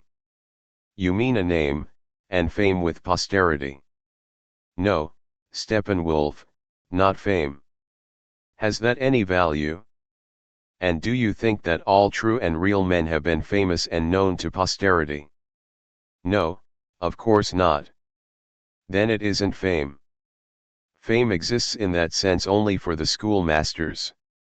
No, it is't feet fame. It is what I call eternity. The pious call it the kingdom of God. I say to myself, all we who ask too much and have a dimension too many could not contrive to live at all if there were not another air to breathe outside the air of this world, if there were not eternity at the back of time, and this is the kingdom of truth. The music of Mozart belongs there and the poetry of your great Peets _ the saints, too, belong there. You ho have you worked wonders and suffered martyrdom and given a great example to men. But the image of every true act, the strength of every TME feeling, belongs to eternity just as much, even though no one knows of it or sees it or records it or hands it down to posterity. In eternity there is no posterity. You are right. The pious, she went on meditatively, honor all know most about this. That is why they set up the saints and what they call the communion of the saints. The saints, these are the true men, the younger brothers of the Savior _ we are with them all our lives long in every kvd deed, in every brave thought, in every love. The communion of the saints, in earlier times it was set by painters in a golden heaven, shining, beautiful and full of peace, and it is nothing else but what I meant a moment ago when I called it eternity. It is the kingdom on the other side of time and appearances. It is there we belong. There is our home. It is that which our heart strives for. And for that reason, we long for death. There you I will find your Goethe again and Novalis and Mozart, and I my saints, Christopher, Philip of Neri and all. There are many saints who at first were sinners. Even sin can be a way to saintliness, sin and vice. You will laugh at me, but I often think that even my friend Pablo might be a saint in hiding. Harry, we have to stumble, through so much dirt and humbug before we reach home.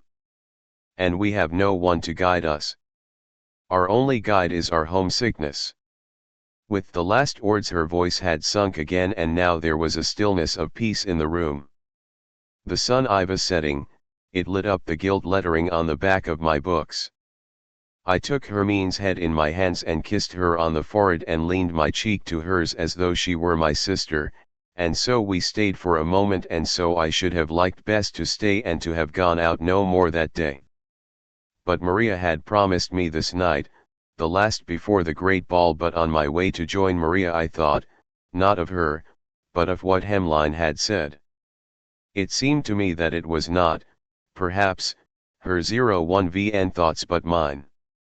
She had read them like a clairvoyant, breathed them in and given them back, so that they had a form off their own and came to me as something new. I was particularly thankful _ to her for having expressed the thought of eternity just at this time.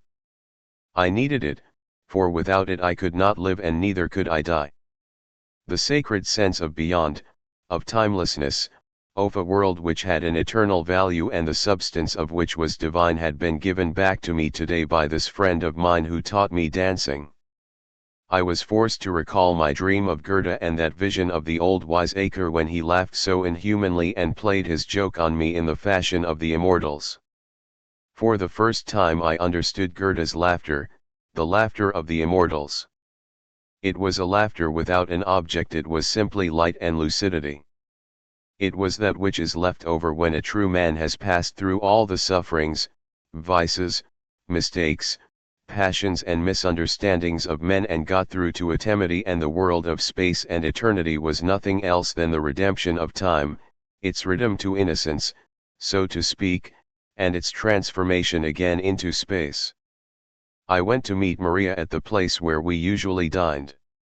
She had not arrived, and while I sat waiting at the table in the quiet and secluded restaurant, my thoughts still ran on the conversation I had had with Hermann. All these thoughts that had arisen between her and me seemed so intimate and well known, fashioned from a mythology and an imagery so entirely my own.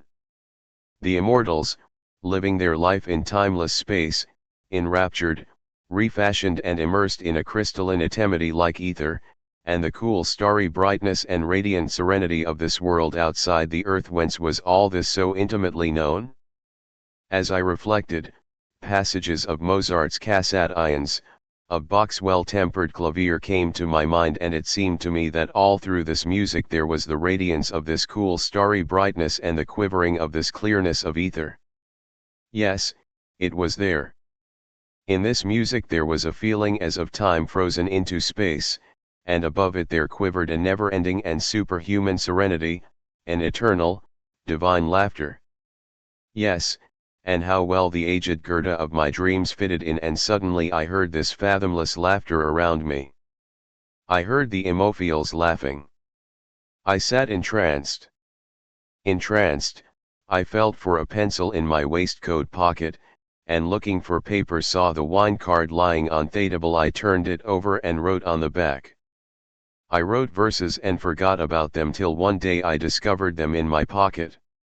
They ran: the immortals ever reeking from the veils of earth ascends to us life's fevered surge, wealth's excess, the rage of dearth, smoke of death meals on the gallows verge, greed without end, imprisoned air, murderers' hands, usurers' hands, hands of prayer, exhales in fetid breath the human swarm whipped on by fear and lust, raw, blood warm, breathing blessedness and savage heats, eating itself and spewing what it eats, hatching war and lovely art, decking out with idiot craze body.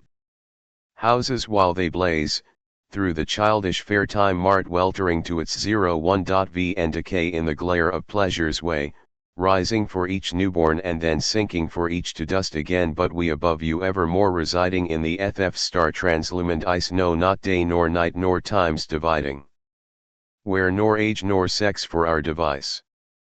All your sins and anguish self-affrighting, your murders and lascivious delighting are to us but as a show like the suns that circling go, changing not our day for night.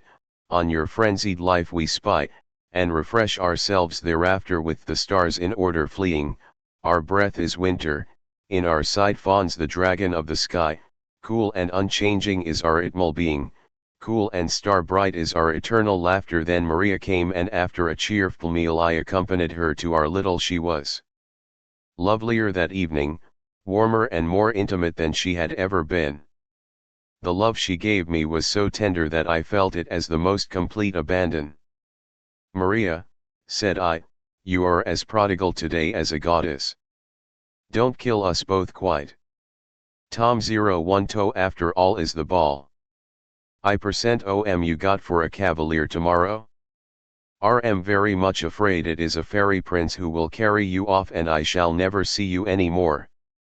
Your tonight is almost like that of good lovers who bid each other farewell for the last time. She put her lips close to my ear and whispered, don't say that, Harry. Any time might be the last time. If Hermine takes you, you will come no more to me. Perhaps she will take you tomorrow. Never did I experience the feeling peculiar to those days, that strange, bittersweet ultimation of more power Halley than on that night before the ball. It was happiness that I experienced. There was the loveliness of Maria and her surrender. There was the sweet and subtle sensuous joy of inhaling and tasting 100 pleasures of the senses that I had only begun to know as an elderly man. I was bathed in sweet joy like a rippling pool, and yet that was only the shell. Within all was significant and tense with fate, and while, love lost and tender, I was busied with the little sweet appealing things of love and sank apparently without a care in the caress of happiness. I was conscious all the while in my health how my fate raced on at breakneck speed, racing and chasing like a frightened horse, straight for the precipitous abyss, spurred on by dread and longing to the consummation of death. Just as a short while before I had started aside in fear from the easy thoughtless pleasure of merely sensual love and felt a dread of Maria's beauty that laughingly offered itself, so now I felt a dread of death, a dread, however, that was already conscious of its approaching change into surrender and release. Even while we were lost in the silent and deep preoccupation of our love and belonged more closely than ever we had to one another, my soul bid adieu to Marla, and leave of all that she had meant to me. I had leaned from her, once more before the end, to confide myself like a child to life's surface play, to pursue a fleeting joy, and to be both child and beast in the innocence of sex, a state that, in earlier life, I had only known rarely and as an exception. The life of senses and of sex had nearly always had for me the bitter accompaniment of guilt, the sweet but dread taste of forbidden fruit that puts a spiritual man on his guard. Now, Hermine and Maria had shown me this garden in its innuence, and I had a guest there and thankfully but it would soon be time to go on fan her. It was agreeable and too warm in this garden. It was my destiny to make another bid for the crown of life in the expiation of its endless guilt. An easy life, an easy love, an easy death, these were not for me. From what the girls told me I gathered that for the ball next day, or in connection with it, quite unusual delights and extravagances were on foot. Perhaps it was the climax, and perhaps Maria's suspicion was correct. Perhaps this was our last night together, and perhaps the morning would bring a new unwinding of fate. I was aflame with longing and breathless with dread. I clung wildly to Maria, and there flared within me a last burst of wild desire. I made up by day for the sleep I had lost at night. After a bath I went home dead tired. I darkened my bedroom, and as I undressed I carned on the verses in my pocket, but I forgot them again and lay down full of it. I forgot Maria and Hermine and the masked ball and slept the clock round. It was not till I had got up in the evening and was shaving that I remembered that the ball began in an hour and that I had to find a dress shirt. I got myself ready in very good humor and went out thereafter to have dinner. It was the first masked ball I was to participate in. In earlier days, it is true, I had now and again attended such festivities and even sometimes found them very entertaining, but I had never danced. I had been a spectator merely as for the enthusiasm with which others had talked and rejoiced over them in my hearing. It had always struck me as comic. And now the day had come for me too to find the occasion one of almost painful suspense. As I had no partner to take, I decided not to go till late. This, too, Hermine had counseled me. I had seldom of late been to the Steel Helmet, my former riche, where the disappointed men sat out their evenings, soaking in their wine and playing at bachelor life. It did not suit the life I had come to lead since. This evening, however, I was drawn to it before I was aware. In the mood between joy and fear that fate and parting imposed on me just now, all the stations and shines of meditation in my life's pilgrimage caught once more that gleam of pain and beauty that comes from things past, and so had the little tavern, thick with smoke, among whose patrons I had lately been numbered and whose primitive opiate of a bottle of cheap wine had lately hardened me enough to spend one more night in my lonely bed and to endure life for one more day. I had tasted other and stronger stimulus since then, and sipped a sweeter poison. With a smile I entered the ancient hostel. The landlady greeted me, and so, with a nod, did the silent company of habitués. A roast chicken was commended and set before me. The limpid Elsasser sparkled in the thick peasant glass. The clean white 00 den tables and the old yellow paneling had a friendly look, and while I ate and drank there came over me that feeling of change and decay and of farewell celebrations, that sweet and inwardly painful feeling of being a living part of all the scenes and all the things of an earlier life that has never yet been parted from, and from which the time to part has come. The modern man calls this sentimentality. He has lost the of inanimate objects. He not even love his most sacred object, his motor car, but is ever hoping to exchange it as he can for a later model. This man has energy and ability. He is healthy, cool and strenuous, is splendid, and in the next war he will be a miracle of efficiency, but all that was no concern of mine. I was not a modem man's nor an old-fashioned one either. I had escaped time altogether, and went my way, with death at my end, death as my resolve. I bade no objection to sentimentalities. I was glad and thankful to find a trace of anything like a feeling still remaining in my burned-out heart, so I let my memories of the old tavem and my attachment to the solid wooden chairs and the smell of smoke and wine and the air of use and want and warmth and homeliness that the place had carry me away. There is beauty in farewells and a gentleness in their very tone. The hard seat was dear to me, and so was the peasant glass and the cool racy taste of the Alsacer, and my intimacy with all and everything in this room, and the faces of the bent and dreaming drinkers, those disillusioned ones, whose brother I had been for so long.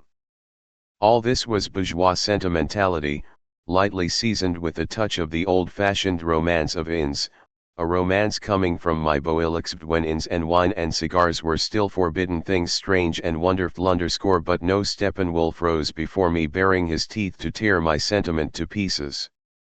I sat there in peace in the glow of the past, whose setting still shed a faint afterglow.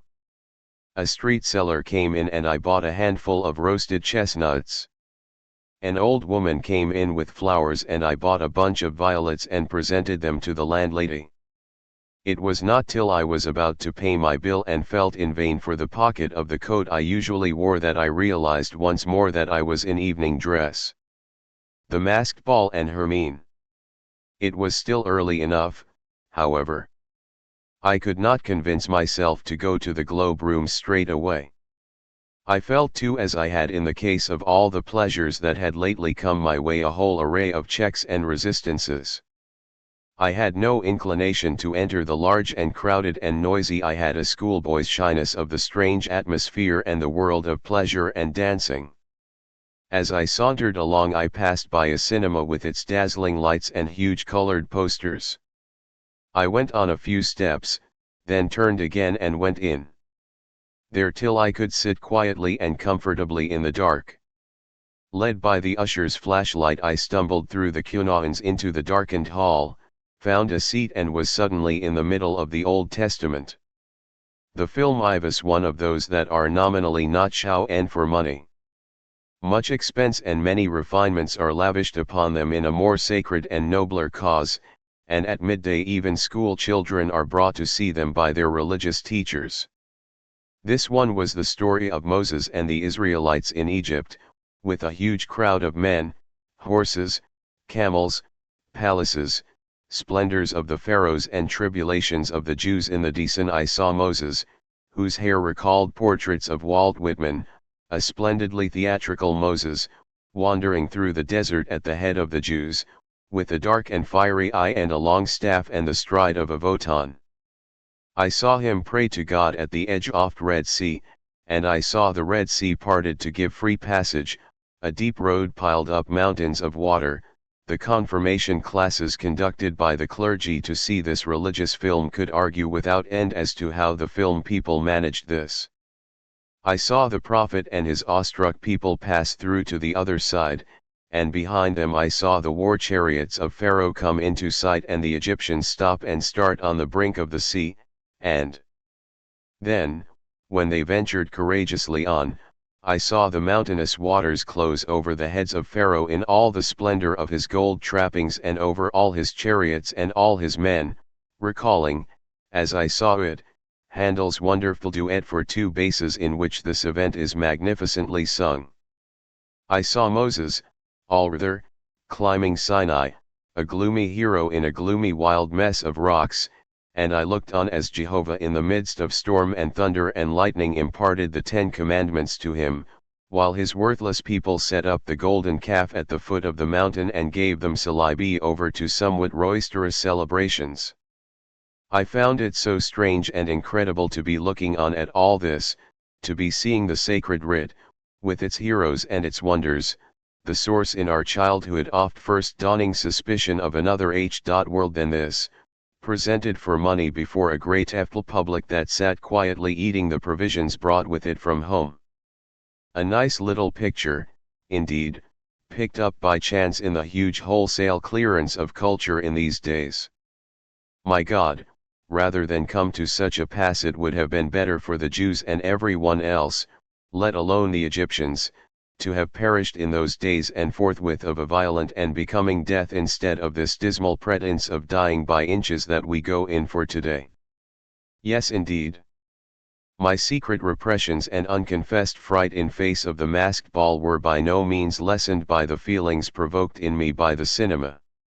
On the contrary, they had grown to uncomfortable proportions and I had to shake myself and think of Hermine before I could go to the Globe rooms and dared to enter. It was late, and the ball had been for a long time in swing. At once before I had even taken off my things I was caught up, shy and sober as I was, in the swirl of the masked throng. I was accosted familiarly. Girls summoned me to the champagne rooms. Clowns slapped me on the back, and I was addressed on all sides as an old friend. I responded to none of it, but fought my way through the crowded rooms to the cloakroom, and when I got my ticket I put it in my pocket with great care, reflecting that I might need it very long when I had had enough of the uproar. Every part of the great building was given over to the festivities. There was dancing in every room and in the basement as well. Corridors and stairs were filled to overflowing with masks and dancing and music and laughter and tumult. Oppressed in heart I stole through the throng, from the Negro orchestra to the peasant band, from the large and brilliantly lighted principal room into the passages and onto the stairs, to bars, buffets and champagne parlors. The walls were mostly hung with wild and keelful paintings by the latest mists. All the world was there, artists, journalists, professors, businessmen, and of course every adherent of pleasure in the town. In one oft orchestras sat Pablo, blowing with enthusiasm in his curved mouthpiece. As he saw me he sang out a greeting. Pushed hither and thither in the crowd I found myself in one room after another, upstairs here and downstairs there. A comedy in the basement had been staged as hell by the artists and there a band of devils played aimlessly. After a while, I began to look for Hermine or Maria and strove time after time to reach the principal room, but either I missed my way or had to meet the current. By midnight I had found no one, and though I had not danced I was hot and giddy. I threw myself into the nearest chair among utter strangers and ordered some wine, and came to the conclusion that joining in such rowdy festivals I was no part for an old man like me. I drank my glass of wine while I stared at the naked arms and backs of the women, watched the crowd of grotesquely masked figures drifting by and silently declined the advances of a few girls who wished to sit on my knee or get me to dance. Old Growler one called after me, and she was right. I decided to raise my spirits with the wine, but even the wine went against me and I could scarcely swallow a second glass. And then the feeling crept over me that the Steppenwolf was standing behind me with his tongue out. Nothing pleased me. I was in the tongue place. To sure, I had come with the best intentions, but this was no place for me to be merry in, and all this loud effervescence of pleasure, the laughter and the whole foolery of it on every side, seemed to me forced and stupid. Thus it was that, at about 1 o'clock, in anger and disillusionment I steered a course for the Cloaker 1 to put on my coat again and go. It was surrender and backsliding into my wolfishness, and Hermann would scarcely forgive me for it. But I could not do other viz underscore all the way as I squeezed through the throng to the I still kept a careful in case I might yet see one of my friends, but in vain. Now I at the counter underscore already the attendant was politely extending his hand for my number. I felt in my Ivast coat pocket that was no longer there. The devil was in it if even this failed me. Often enough during my forlorn wanderings through the rooms and while I sat over my tasteless Ivine I had felt in my pocket, fighting back the to go away again, and I had always found the round flat check in its place. And now it was gone. Everything was against me. "Lost your number," came in a shrill voice from a small red and yellow devil at my elbow. "Here, comrade, you can take mine," and he held it out to me without more ado. While I mechanically took it and turned it over in my fingers, the brisk little fellow rapidly when, however, I examined the pasteboard counter for a number, no number I was to be seen. Instead there was a scribble in a tiny hand. I asked the attendant to wait and went to the nearest light to read it. There in little crazy letters that were scarcely legible was scrawled, "Tonight at the Magic Theater for madmen only, price of admittance your mind not for everybody. Hermine is in hell." As a marionette whose thread the operator has let go for a moment wakes to new life after a brief paralysis of death and coma and once more plays its lively part, so did I at this jerk of the magic thread throw myself with the elasticity and eagerness of youth into the tumult from which I had just retreated in the listlessness and weariness of elderly years. Never did sinner show more haste to get to hell. A moment before my patent leather shoes had galled me, the heavily scented air disgusted me, and the heat undone me. Now on my winged feet I nimbly one stepped through every on the way to hell. The very air had a chen underscore the ivarmth embedded me and wafted me on, and so no less did the riotous music, the intoxication of colors, the perfy underscore aim of women's shoulders, the clarnor of the 100 tongues, the laughter, the rhythm of the dance, and the glances of all the kindled eyes. A Spanish dancing girl flung herself into my arms. "Dance you with me." "Can't," said L, "I'm bound for hell." "But why I'll gladly take a kiss with me." The red mouth beneath the mask met mine, and with the kiss I recognized Maria. I caught her tight in my arms and like a June rose bloomed her hall lips. By this time we were dancing, our lips still joined. Past Pablo we danced, who hung like a lover over his softly wailing instrument. Those lovely animal eyes embraced us with their half-abstracted radiance. But before we had gone 20 steps the music broke off, and regretfully I let go of Maria. "T'd have loved to have danced with you again," I said, intoxicated with her ivarmth underscore. "Come with me a step or two, Maria. I'm in love with your beautiful arm. Let me it a moment longer." But, you see, Hemline has summoned me. She is in hell. I thought so.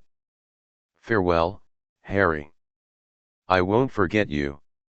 She left me indeed. Yes, it was autumn, it was fate, that had given the summer rose so and ripe a scent.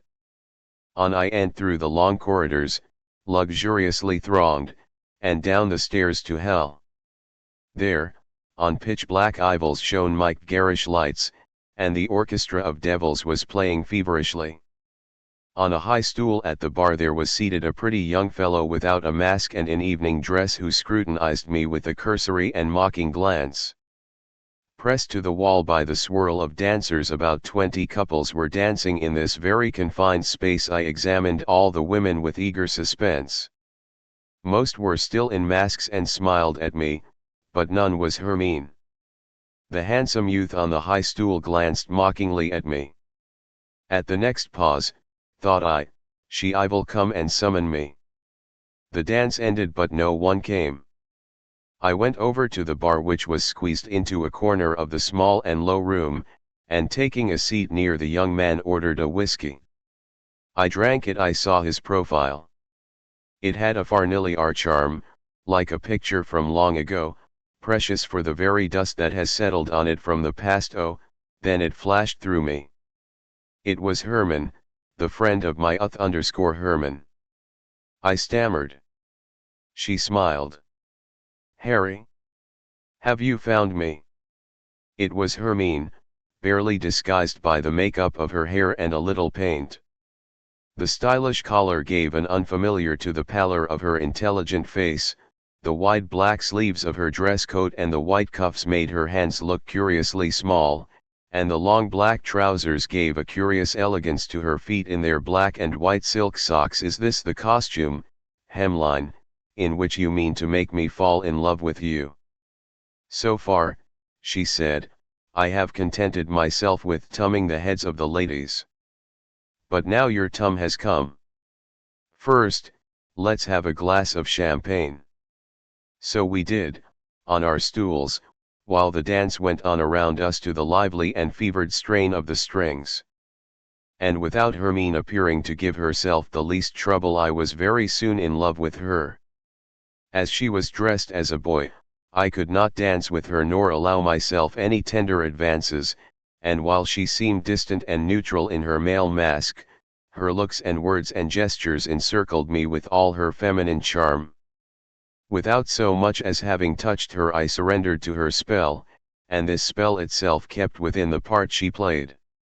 It was the of a hermaphrodite. For she talked to me about Hermann and about mine and her own, and about those years of childhood when the capacity for love, in its first youth, embraces not only both sexes, but all and everything, sensuous and spiritual, and endows all things with a spell of love and a fairy-like ease of transformation such as in later years comes again only to a chosen few and to poets, and to them rarely. Throughout she kept up the part of a young man, smoking cigarettes and talking with a spirited ease that often had a little mockery in it, and yet it was all iridescent with the rays of desire and transformed, as it reached my senses, into a charming seduction. How well and thoroughly I thought I knew Hermine, and yet what a completely new representation of herself she opened up to me that night.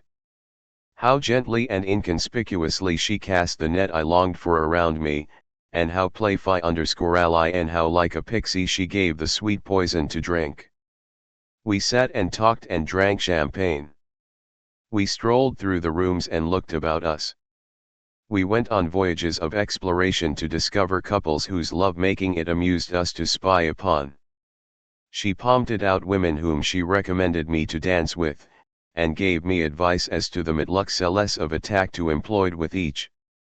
We took the as rivals and paid court for a while to the same girl, danced with her by tums and both tried to win her heart. And yet it was all only a carnival, only a game between the two of us that caught us more closely together in our own passion. It was all a fairy tale. Everything had a new dimension, a deeper meaning. Everything was fanciful and symbolic. There was one girl of great beauty but looking tragic and unhappy. Hermann danced with her and drew her out. They disappeared to drink champagne together, and she told me afterwards that she had made a conquest of her not as a man but as a woman, with the spell of Lesbos. For my part, the whole building reverberated everywhere with the sound of dancing, and the whole intoxicated crowd of masks became by degrees a wild dream of paradise. Flower upon flower wooed me with its scent. I toyed with fruit after fruit. Serpents looked at me from green and leafer shadows with mesmeric eyes. Lotus blossoms luxuriated over black bogs. Enchanted birds sang allurement from the trees. Yet all was a progress to one longed-for goal, the summons of a new yearning for one and one only. Once I was dancing with a girl I did not know. I had swept her with the ardor of a lover into the giddy swirl of dancers, and while we hung in this unreal world, she suddenly remarked with a laugh, "One wouldn't know you. You were so dull and flat before." Then I recognized the girl who had called me old growler a few hours before. She thought she had got me now, but with the next dance it was another for whom my ardor glowed. I danced without ceasing for 2 hours or more every dance, and some, even, that I had never danced before. Every now and then Hermann was near me, and gave me a nod and a smile as he disappeared in the throng. An experience fell to my lot this night of the ball that I had never known in all my 50 years, though it is known to every flapper and student, the intoxication of a general festivity, the mysterious murmur of the personality in the mass, the mystic union of joy. I had often heard it spoken of. It was known, I knew, to every servant girl. I had often observed the sparkle in the eye of those who told me of it, and I had always treated it with a half-superior, half-envious smile. 100 times in my life I had seen examples of those whom rapture had intoxicated and released from the self, oft had smile, that half-crazed absorption, of those whose heads have been turned by a common enthusiasm. I had seen it in Mkenreekmits and sailors, and also in great artists, in the enthusiasm, perhaps, of a musical festival, and not less in young soldiers gonged to war. Even in recent days I had marveled at and loved and mmked and envied this gleam and this smile in my friend, Pablo, when he hung over his saxophone in the blissful intoxication of playing in the orchestra, or when, enraptured and ecstatic, he over to the conductor, the drum, or the man with the banjo. It had sometimes occurred to me that such a smile, such a childlike radiance could be possible only to quite young persons, or among those peoples whose customs permitted no marked differences between one individual and another. But today, on this blessed night, I myself, the Steppenwolf, was radiant with this smile. I myself swam in this deep and childlike happiness of a fairy tale. I myself breathed the sweet intoxication of a common dream, and of music and rhythm and vine and women. I, who had in other days so often listened with amusement, or dismal superiority, to its panegyric in the ballroom chatter of some student, I was myself no longer. My personality was dissolved in the intoxication of the festivity like salt in water. I danced with this woman or that, but it was not only the one I had in my arms and whose hair brushed my face that belonged to me. All the other women who were dancing in the same room and the same dance and to the sarn music, and whose radiant faces floated past me like fantastic flowers, belonged to me, and I to them. All of us had a part in one another. And the men too. I was with them also. They were no strangers to me. Their smile was mine, and mine their wooing, and theirs mine. A new dance, a foxtrot, with the title Yearning, had swept the world that winter. Once we had beard it, we could not have enough of it.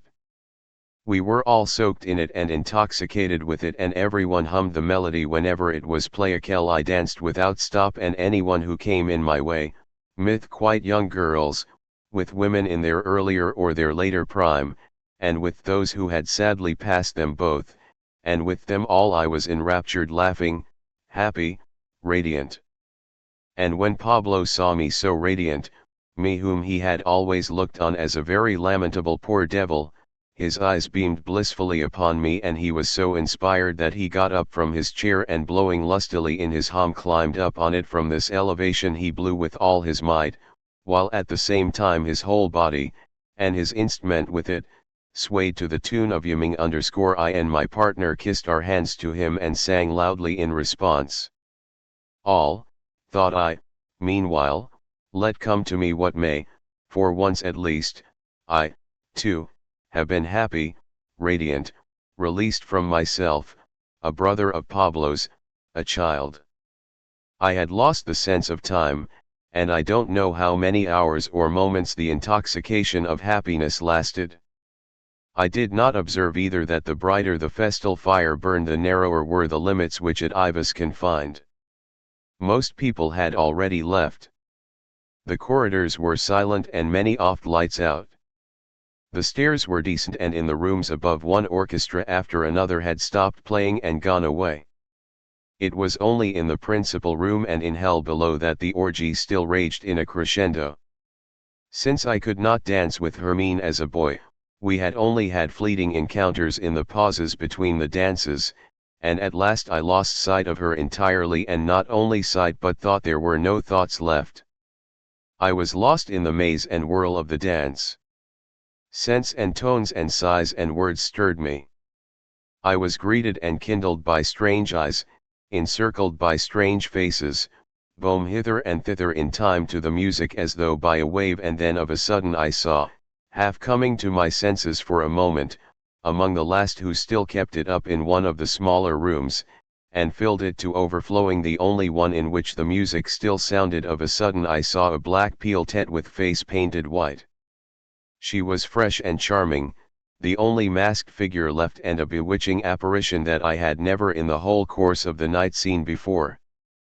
While in everyone else the late hour showed itself in flushed and heated faces, crushed dresses, limp collars and crumpled luffs, the black Pierrette stood there fresh and neat with her white face beneath her mask. Her costume had not a crease and not a hair was out of place. Her rough and pointed cuffs were untouched. I rushed towards her, put my arms around her, and drew her into the dance. Her perfumed love tickled my chin.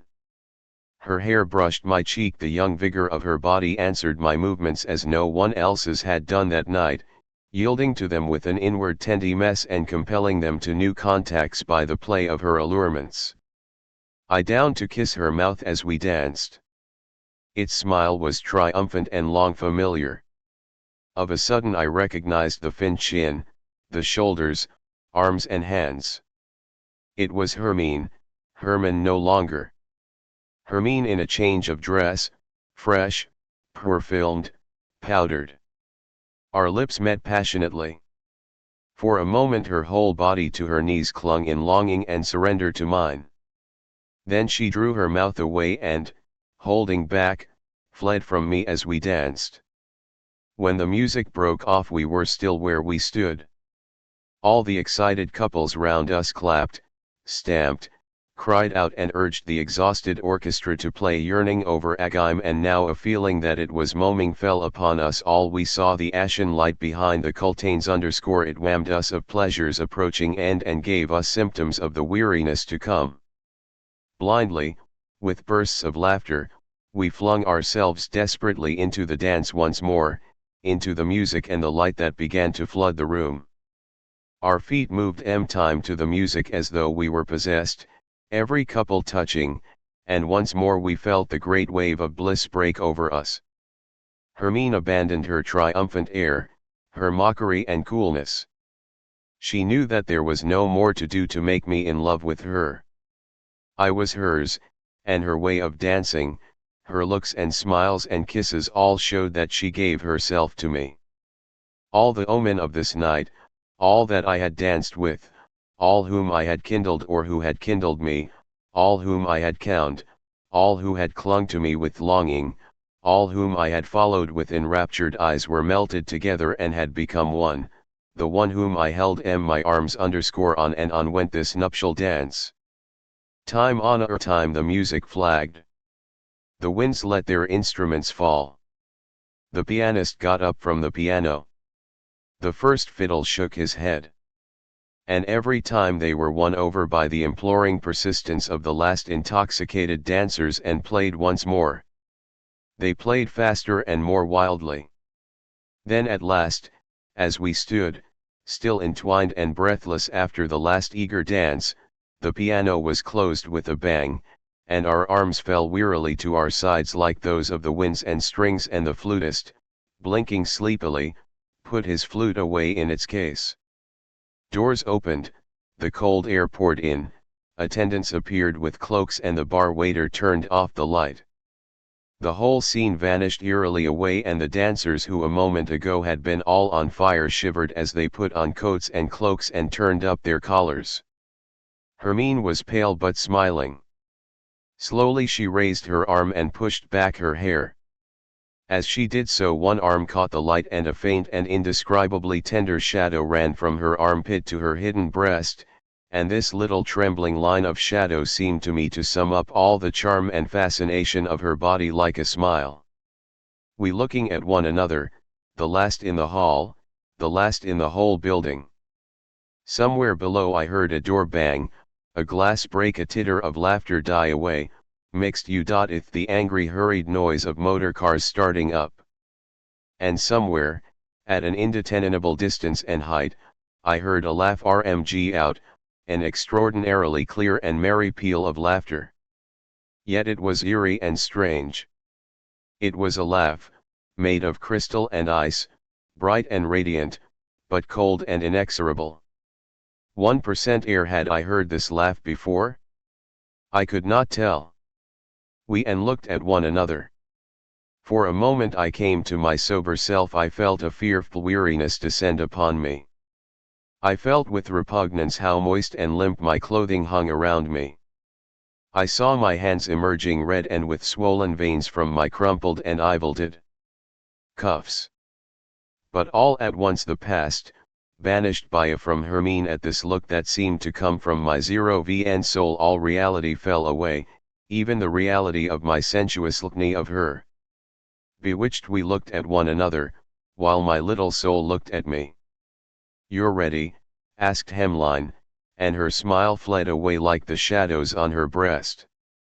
Far up in unknown space rang out that strange and eerie laughter. I nodded. Oh, yes, I was ready. At this moment Pablo appeared in the doorway and beamed on us out of his jolly eyes that really were animals' eyes, except that animals' eyes are always serious, while his always laughed, and this laughter turned them into human eyes. He to us with his usual friendly cordiality. He had put on a gorgeous silk smoking jacket. His limp collar and tired white face had a withered and pallid look above its red facings, but the impression was erased by his radiant black eyes. So was reality erased, for they had the witchery. We joined him when he beckoned, and in the doorway he said to me in a low voice, "Brother Harry, I invite you to a little entertainment. For madmen only, and one price only, your mind. Are you ready?" Again I nodded. The dear fellow gave us each an arm with kind solicitude, Hermine his right, me his left, and conducted us upstairs to a small round room that was lit from the ceiling with a bluish light and nearly empty. There was nothing in it but a small round table and 3 easy chairs in which we sat ourselves. Where were we? Was I asleep? Was I at home? Was I driving in a car? No, I was sitting in a blue light in a round and a rare atmosphere, in a stratum of reality that had become rarefied in the extreme. Why then was Hermine so white? Why was Pablo talking so much? Was it not Irapsi who made him talk, indeed, with his voice? Was it not, too, my 01vn soul that contemplated me out of his black eyes like a lost and frightened bird, just as it had out of Hermine's grey ones? Pablo at us good-naturedly as ever and with something ceremonious in his friendliness, and he talked much and long. He whom I had never heard say 2 sentences, whom no discussion nor thesis could interest, whom I had scarcely credited with a single thought, discoursed now in his good-natured warm voice fluently and without a fault. "My friends, I have invited you to a TL entertainment that Harry has long wished for and of which he has long dreamed. The hour is a little late and no doubt we are all slightly fatigued. So, first, we will rest and refresh ourselves a little." From a recess in the wall he took 3 glasses and a quaint little bottle, also a small oriental box inlaid with differently colored. He filled the 3 glasses from the bottle and taking 3 long thin yellow cigarettes from the box and of matches from the pocket of his silk jacket, he gave us a light, and now we all slowly smoked the cigarettes whose smoke was as thick as incense, leaning back in our chairs and slowly sipping the aromatic liquid whose strange taste was so utterly unfamiliar. Its effect was immeasurably enlivening and delightful, as though one were filled with gas and had no longer any gravity. Thus we sat peacefully exhaling small puffs and taking little sips at our glasses, while every moment we felt ourselves growing lighter and more serene. From far away came Pablo's warm voice. "It is a pleasure to me, my dear Harry, to have the privilege of being your host in a small way on this occasion. You have often been sorely weary of your life. You were striving, Were you not, for escape? You have a longing to forsake this world and its reality and to penetrate to a reality more native to you, to a world beyond time. You know, of course, where this other world lies hidden. It is the world of your 0VN soul that you seek. Only within yourself exists that other reality for which you long. I can give you nothing that has not already its being within yourself. I can throw open to you no picture gallery but your 0VN soul. All I can give you is the opportunity, the impulse, the key. I can help you to make your OUN world visible. That is all. Again he put his hand into the pocket of his gorgeous jacket and drew out a round looking glass. Look, it is thus that you have so far seen yourself. He held the little glass before my eyes.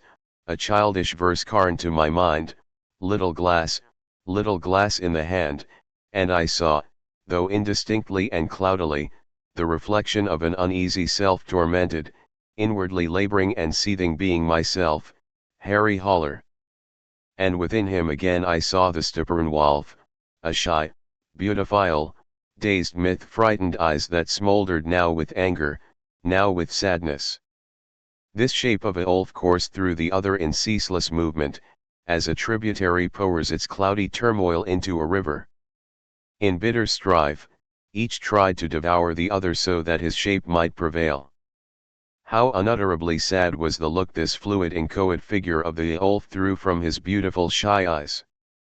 There you see yourself, Pablo remarked and put the mirror away in his pocket. I was thankful to close my eyes and take a sip of the elixir and now, said Pablo, we have had our rest, we had our refreshment and a little talk. If your fatigue has passed off, Lo will conduct you to my peep show and show you my little theater. Will you come? We got up. With a smile Pablo led. He opened and drew a curtain aside, and we found ourselves in the horseshoe-shaped corridor of a theater, and exactly in the middle. On either side, the curving passage led past a large number, indeed an incredible number, of narrow doors into the boxes. This, explained Pablo, is our theater, and a jolly one it is. I hope you'll find lots to laugh at. He laughed aloud as he spoke, a shon laugh, but it went through me like a shot. It was the sarn bright and peculiar laugh that I had heard before from below. This little theater of mine has as many boxes as you please, 10 or 100 or 1,000, and behind each door exactly what you seek awaits you.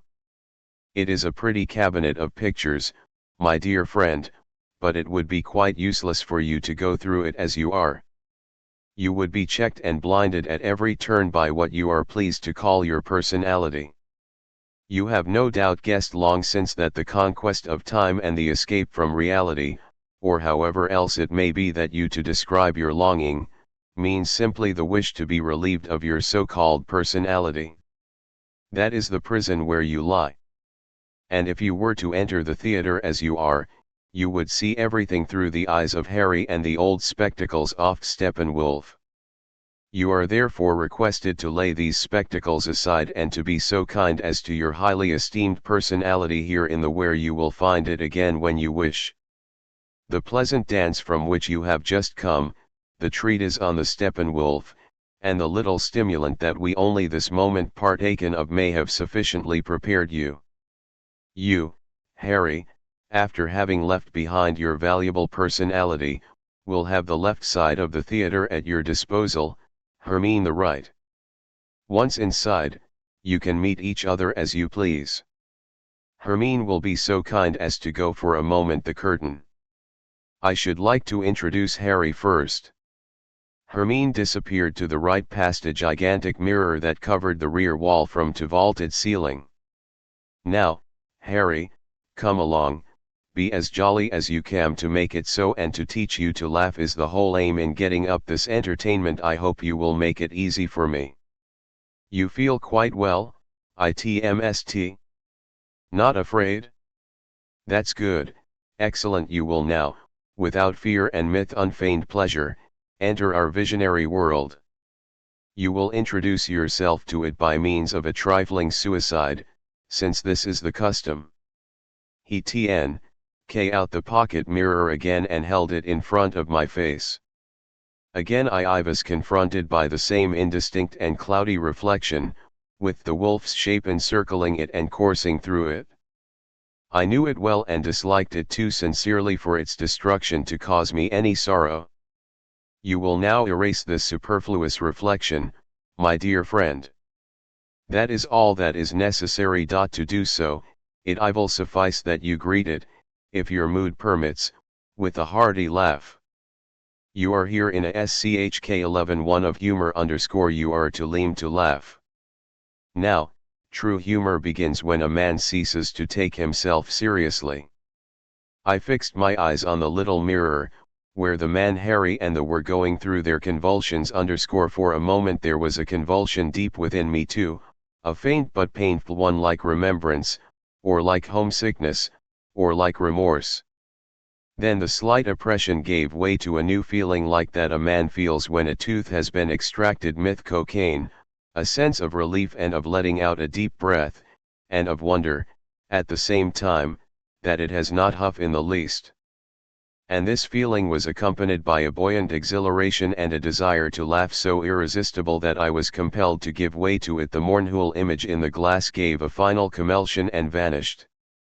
The glass itself turned grey and charred and opaque, as though it had been burned.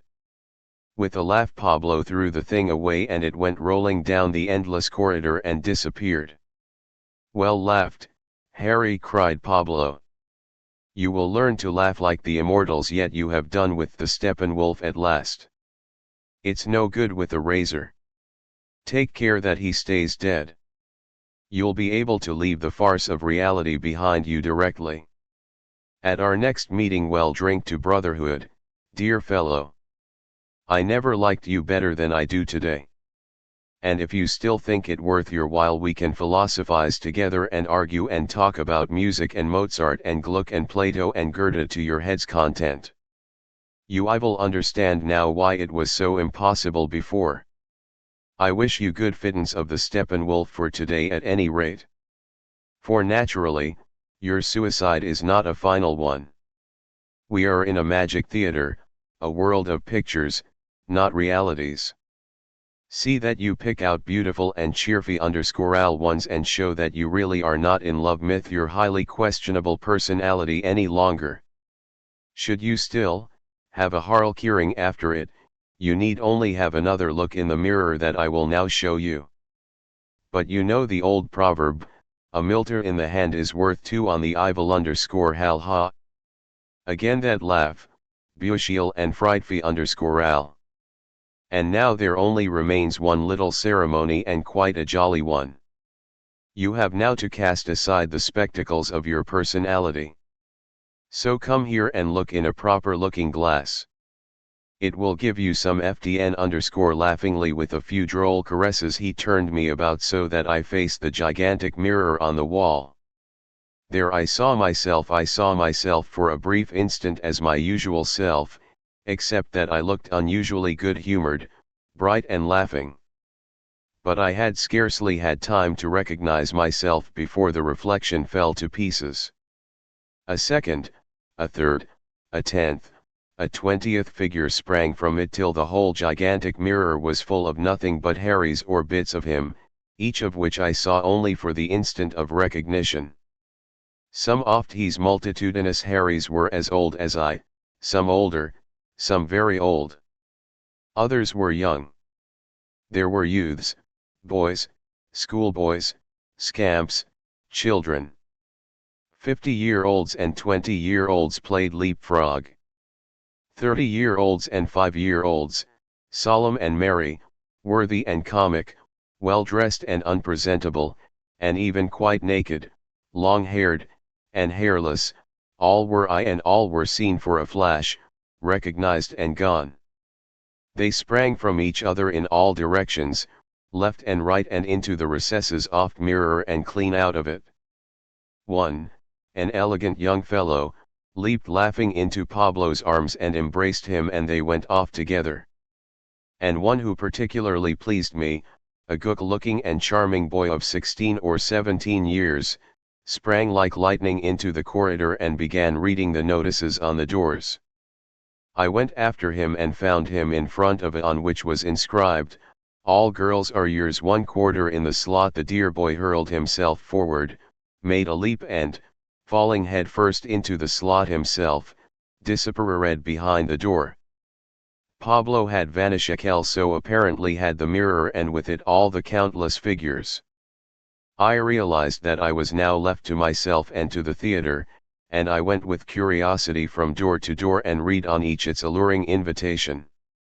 The inscription "Jolly Hunting, Great Hunt in Automobiles" attracted me.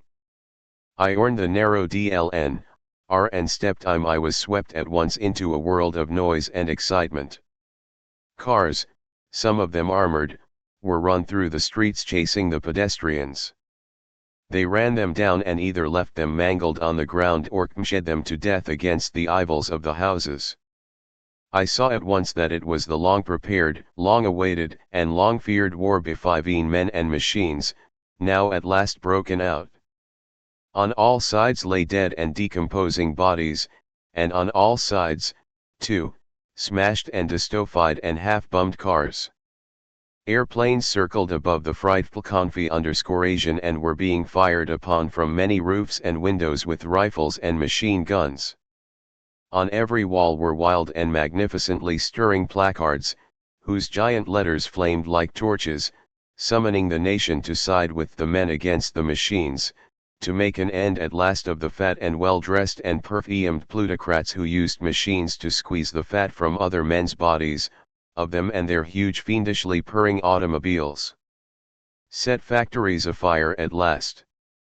Make a little room on the crippled earth. Depopulate it so that the grass may grow again, and woods, meadows, heather, stream and moor return to this world of dust and concrete. Other placards, on the other hand, in wonderful colors and magnificently phrased, I warned all those who had a stake in the country and some share of prudence, in more moderate and less childish terms which testified to the remarkable cleverness and intellect of those who had composed them, against the rising tide of anarchy. They depicted in a truly impressive way the blessings of order and work and property and education and justice, and praised machinery as the last and most sublime invention of the human mind. With its aid, men you'll be equal to the gods. I studied these placards, both the red and the green, and reflected on them and marveled at them. The flaming eloquence affected me as the compelling logic. They were right, and I stood as deeply convinced in front of one as in front of the other, a good deal disturbed all the time by the rather juicy firing that went on all round me. Well, the principal thing I was clear. There was a war on, a violent, genuine and highly sympathetic war where there was no concern for Kaiser or Republic, for frontiers, flags or colors and other equally decorative and theatrical matters, all nonsense at bottom, but a war in which everyone who lacked air to breathe and no longer found life exactly pleasing gave emphatic expression to his displeasure and strove to prepare the way for a general destruction of this iron-cast civilization of ours.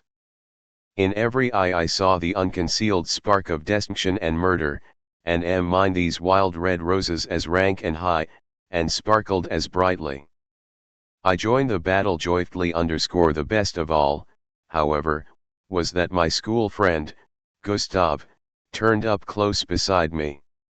I had lost sight of him for dozens of years, the idlest, strongest, most eager and venturesome of the friends of my childhood. I laughed in my heart as I saw him blink at me with his bright blue eyes. He beckoned and at once I followed him joyfully. Lord, Gustav, I cried happily, I haven't seen you in ages. Whatever has become of you? He gave a derisive snort, just as he used to do as a boy. There you are again you idiot, jabbering and asking questions. I'm a professor of theology if you want to know. But, the Lord be praised, there's no occasion for theology now, my boy. It's war. Come on. He shot the driver of a small car that came snorting towards us and leaping into it as nimbly as a monkey, brought it to a standstill for me to get in. Then we drove like the devil bullets and crashed cars out of town and suburbs. Are you on the side of the manufacturers? I asked my friend. Oh, Lord, that's a matter of taste, so we can leave it out of account, though now you mention it, I rather think we might take the other side, since it's all the same, of course. I'm a theologian and my predecessor, Luther, took the side of the Pirmses and plutocrats against the peasants. So now we'll establish the balance a little. This rotten car, I hope it'll hold out another mile or two. Swift as the wind, that child of heaven, we rattled on, and reached a green and peaceful countryside many miles distant via a wide plain, and then slowly climbed into the mountains. Here we made a halt on a and glistening road that led in bold curves the steep wall of rock, and the low retaining wall far below shone the blue surface of a lake. Lovely view, said Elle, very pretty. We'll call it the Axel Way. Many axles of one sort or another are going to crash here, Harry, my boy. So watch out. A tall pine grew by the roadside, and among the tall branches we saw something like a little hut made of boards to serve as an outlook and point of vantage. Gustav smiled with a knowing twinkle in his blue eyes. We hurried out of the car, climbed up the trunk and, breathing hard, concealed ourselves in the outlook post, which pleased us much. We found rifles and revolvers there and boxes of ammunition. We had scarcely cooled down when we heard the hoarse imperious horn of a big luxury car from the next bend of the road. It came purring at top speed up the smooth road. Our rifles were ready in our hands. The excitement was intense. Aim at the chauffeur, commanded Gustav quickly just as the heavy car went by beneath us. I aimed, and fired at the chauffeur in his blue cap. The man fell in a heap. The car careened on, charged the cliff face, attacked the lower wall furiously with all its unwieldy weight like a great bumble and, tumbling over, crashed with a brief and distant report into the depths below. Got him. Gustav laughed. My tum next. Another came as he spoke. There were 3 of 4 occupants packed in the back seat. From the head of a woman a bright blue veil streamed out behind. It filled me with genuine remorse. Who could say how pretty a face it might adorn? G0x1 God, though we did play the brigand, we might at least emulate the illustrious and spare pretty woman. Gustav, however, had already fired. The driver shuddered and collapsed. The car leaped against the perpendicular cliff, fell back and overturned, wheels uppermost. Its engine was still running and the wheels turned absurdly in the air, but suddenly with a frightful explosion it burst into flames. A Ford, said Gustav. We must get down and clear the road. We climbed down and watched the burning heap. It soon burned out. Meanwhile we made levers of green wood and hoisted it to the side of the road and over the wall into the abyss, where for a long time it went crashing through the underground. 2 of the dead bodies had fallen out as we turned the car over and lay on the road, their clothing partly burned. One wore a coat which was still in fairly good condition. I searched the pockets to see who he was and came across a leather portfolio with some cards in it. I took one and read, "Tat to Vamaci_, very witty," said Gustav. Though, as a matter of fact, it is all one what our victims are called. They're poor devils just as we are. Their narns don't matter. This world is done for and so are we. The least painful solution would be to hold it under water for 10 minutes. Now to work. We threw the BX-1IES after the car. Already another one was tooting. We shot it down with a volley where we stood. It made a drunken swerve and reeled on for a stretch, then tumbled over and lay gasping. One passenger was still sitting inside, but a pretty young girl got out uninjured, though she was white and trembling violently. We greeted her and offered our assistance. She was too much shaken to speak and stared at us for a while quite dazed. "Well, first let us after the old boy," said Gustav and turned to the occupant of the car who still clung to his seat behind the chauffeur. He was a gentleman with shine grey hair. His intelligent, clear grey eyes were open, but he seemed to seriously hurt, at least, blood flowed from his mouth and he held his neck askew and rigid. "Allow me to introduce myself. My name is Gustav _ we have taken the liberty of shooting your chauffeur. May we inquire whom we have the honor to address?" The old man looked at us coolly and sadly out of his small grey eyes. "I am Attorney General Loring," he said slowly. "You have not only killed my poor chauffeur, but me, I fancy. Why did you shoot on us?" "For exceeding the speed limit. We were not traveling at more than normal speed. What was normal yesterday is no longer normal today, Mr. Attorney General. We are of the opinion that whatever speed a motorcar travels is too great. We are destroying all cars and all other machines also. Your rifles too. Their turn will come, granted we have the time, presumably by tomorrow or the day after we shall all be done for. You know, of course, that this part of world was shockingly overpopulated. Well, now we are going to let in a little air _ are you shooting everyone, without distinction?" "Certainly. In many cases it may no doubt be a pity. I'm sorry, for example, about this charming young lady _ your daughter, I presume no? She is my stenographer. So much the better. And now will you please get out, or let us carry you out, as the car is to be destroyed." "I prefer to be destroyed with it, as you wish. But allow me to ask you one more question. You are a public prosecutor. I never could understand how a man could a public prosecutor. You make your living by bringing other men, poor devils mostly, to trial and passing sentence on them. Ist feet that so?" "It is. I do my duty. It was my office. Exactly as it is the office of the hangman to hang those whom I condemn to death. You have assumed a like office. You kill people also quite tme. Only we do not kill from duty, but pleasure, or much more, rather, from displeasure and despair oft world. For this reason we find a inane amusement in killing people. Has it never amused you? You bore me. Be so kind as to do your work." Since the conception of duty is unknown to you, he was silent and made a movement of his lips as though to spit. Only a little blood came, however, and clung to his chin. "One moment," said Gustav politely. "The conception of duty is certainly unknown to me now. Formerly I had a great deal of official concern with it.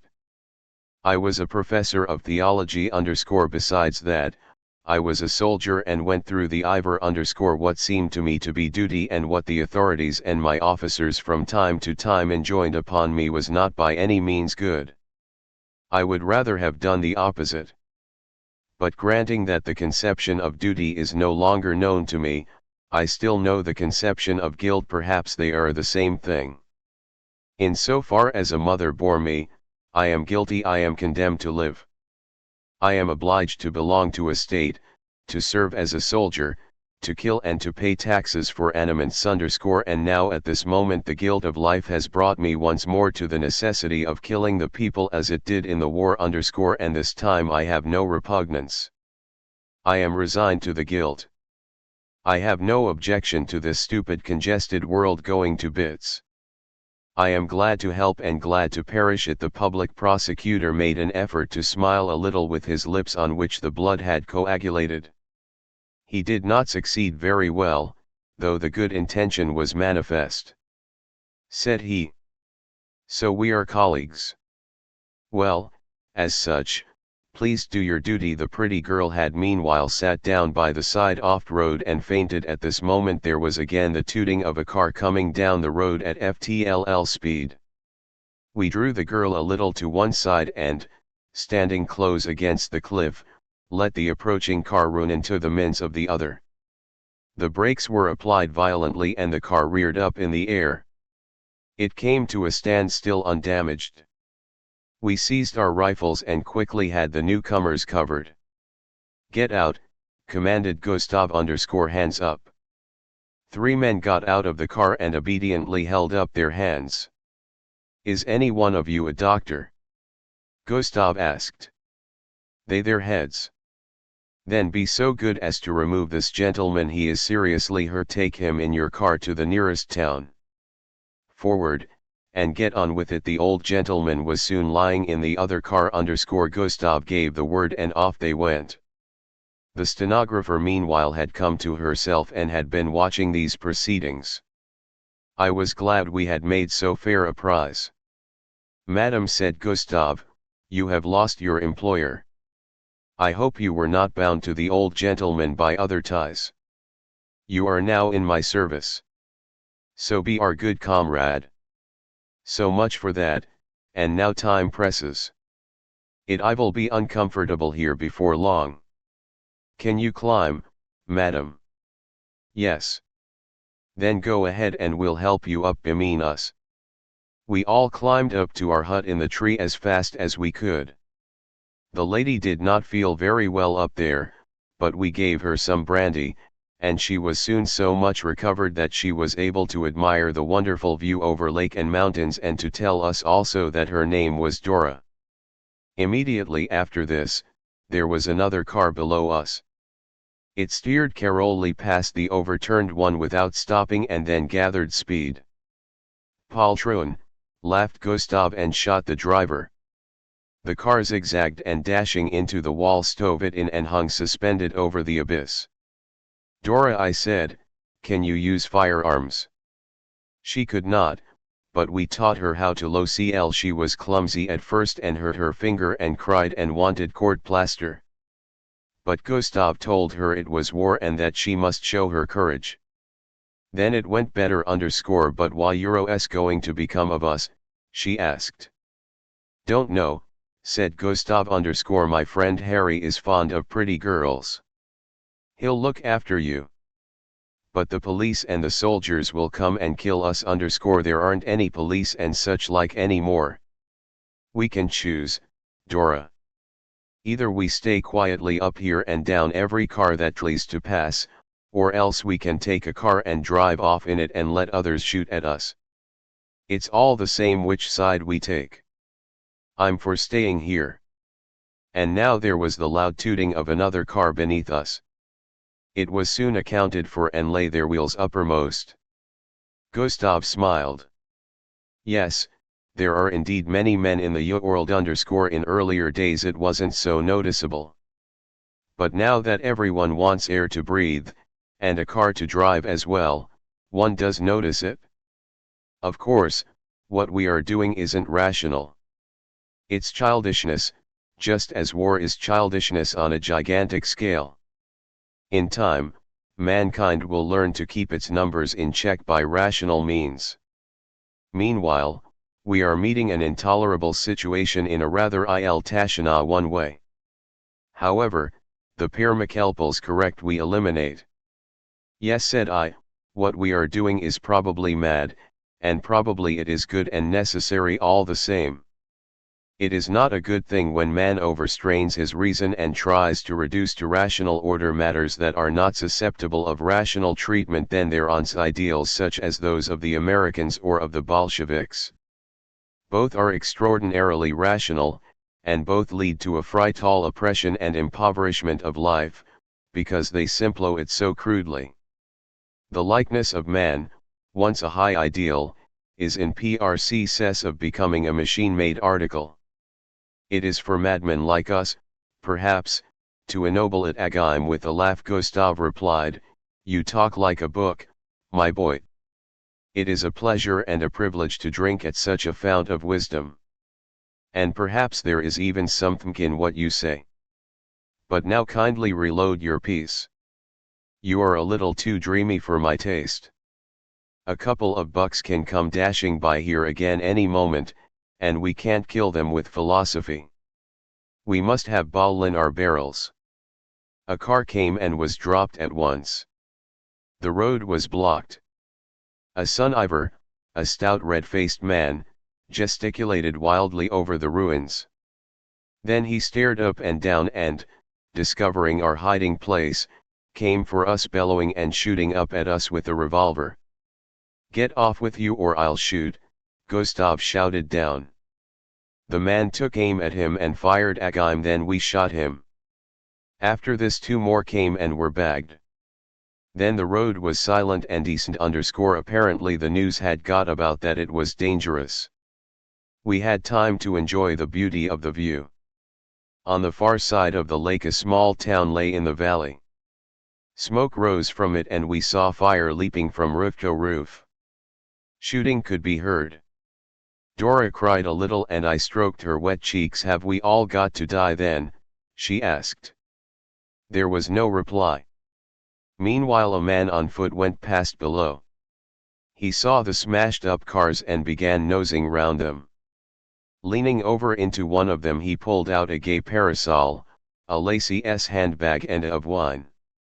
Then he sat down contentedly on the wall, took a drink from the bottle and ate something wrapped in tinfoil out of the handbag. After emptying the bottle he went on, well pleased, with the parasol clasped under his arm, and I said to Gustav, "Could you find it in you to shoot at this good fellow and make a hole in his head?" "God knows, I couldn't."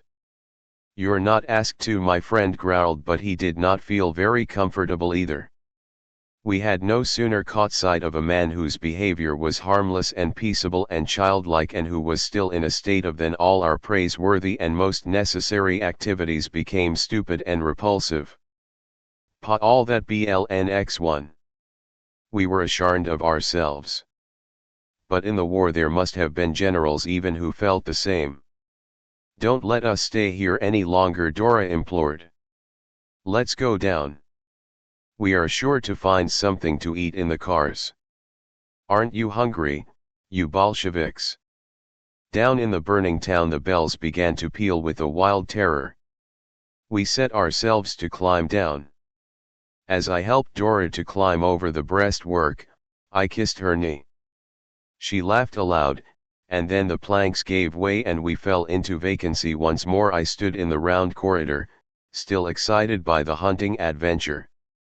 And everywhere on all the countless doors were the alluring inscriptions, "Mutab or transformation into any animal or plant you please, Kama Sutram instruction in the Indian arts of love course for beginners, 42 different methods and practices, delightful suicide, you laugh yourself to bits, do you want to be all spirit? The wisdom of the East, downfall of the West, moderate prices. Never surpassed compendium of art, transformation from time into space by means of music, laughing tears, cabinet of humor, solitude made easy, complete substitute for all forms of sociability." The series of inscriptions was endless. One was guidance in the building up of the personality _ success guaranteed. This seemed to me too worth looking into and I went in at this door _ I found myself in a quiet fivelet room where a man with something like a large chessboard in front of him sat in Eastern fashion on the. At the first glance I thought it was friend Pablo. He wore at any rate a similar gorgeous silk jacket and had the same dark and shining eyes. "Are you Pablo?" I asked. "I am not anybody," he replied amiably. "We have no names here and we are not anybody. I am a chess player. Do you wish for instruction in the building up of the personality?" "Yes, please." "Then be so kind as to place a few dozen of your pieces at my disposal." "My pieces?" "Of the pieces into which you saw your so-called personality broken up. I can't play without pieces _ He held a glass up to me and again I saw the unity of my personality broken up into many selves whose number seemed even to have increased. The pieces were now, however, very small, about the size of chessmen. The player took a dozen or so of them in his sure and quiet fingers and placed them on the ground near the Borkel. As he did so, he began to speak in the monotonous way of one who goes through a recitation or reading that he has often gone through before. The mistaken and unhappy notion that a man is an enduring unity is known to you. It is also known to you that man consists of a multitude of souls, of numerous selves. The separation of the unity of personality into these numerous pieces passes for madness. Science has invented the name schizomania for it. Science is this so far right as no multiplicity may be dealt with unless there are series, a certain order and grouping. It is wrong insofar as it holds that one only and binding and lifelong order is possible for the multiplicity of subordinate selves.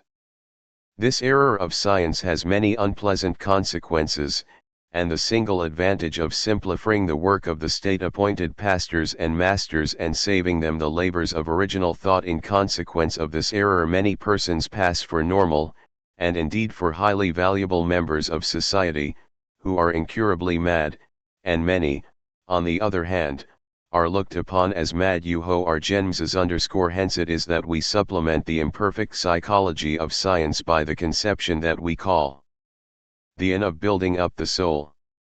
We demonstrate to anyone whose soul has fallen to pieces that he can rearrange these pieces of a previous self in what order he pleases, and so attain to an endless multiplicity of moves in the game of life. As the playwright shapes a drama from a handle of characters, so do we from the pieces of the disintegrated self build up ever new groups, with ever new interplay and suspense, and new situations that are eternally inexhaustible. Look. With the sure and silent touch of his clever fingers he took hold of my pieces, all the old men and young men and children and women, cheerful and sad, strong and weak, nimble and clumsy, and swiftly arranged them on his board for a game.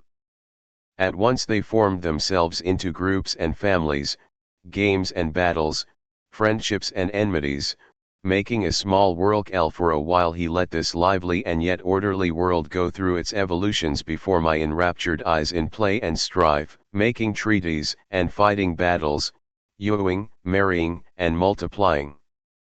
It was indeed a crowded stage, a moving breathless drama. Then he passed his hand swiftly over the board and gently swept all the pieces into a heap, and, meditatively with an artist's skill, made up a new game of the same pieces with quite other groupings, relationships, and entanglements. The second game had an affinity with the first. It was the same world built of the same material, but the key was different, the time changed.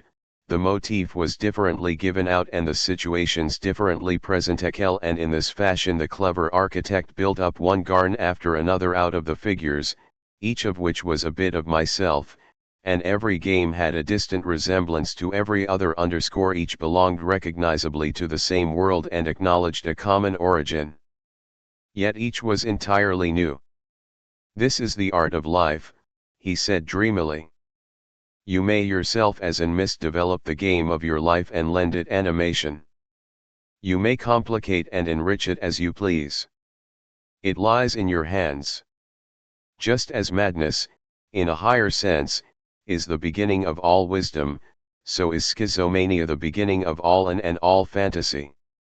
Even learned men have come to a partial recognition of this, as may be gathered, for example, from Prince Wunderhorn, that enchanting book, in which the industry and pains of a man of learning, with the assistance of the genius of a number of madmen and anists shut up as such, are immobilized. Here, take your little pieces away with you. The game will often give you pleasure. The piece that today grew to the proportions of an intolerable bugbear, you will degrade tomorrow to a mere lay figure. The luckless Cinderella will in the next game be the princess. I you much pleasure, my dear sir. I bowed low in gratitude to the gifted chess player, put the little pieces in my piquet and withdrew through the narrow. My real intention was to seat myself at once on the floor in the corridor and play the game for hours, for whole eternities, but I was no in the bright light of the circular theater passage. Then a new and irresistible current carried me along. A dazzling poster flashed before my eyes, marvelous taming of the Steppenwolf. Many different emotions surged up in me at the sight of this announcement. My heart was painfully contracted by all kinds of fears and repressions from my former life and the reality I had left behind. With trembling hand I opened the door and found myself in the booth of a fair with an iron rail separating me from a wretched stage.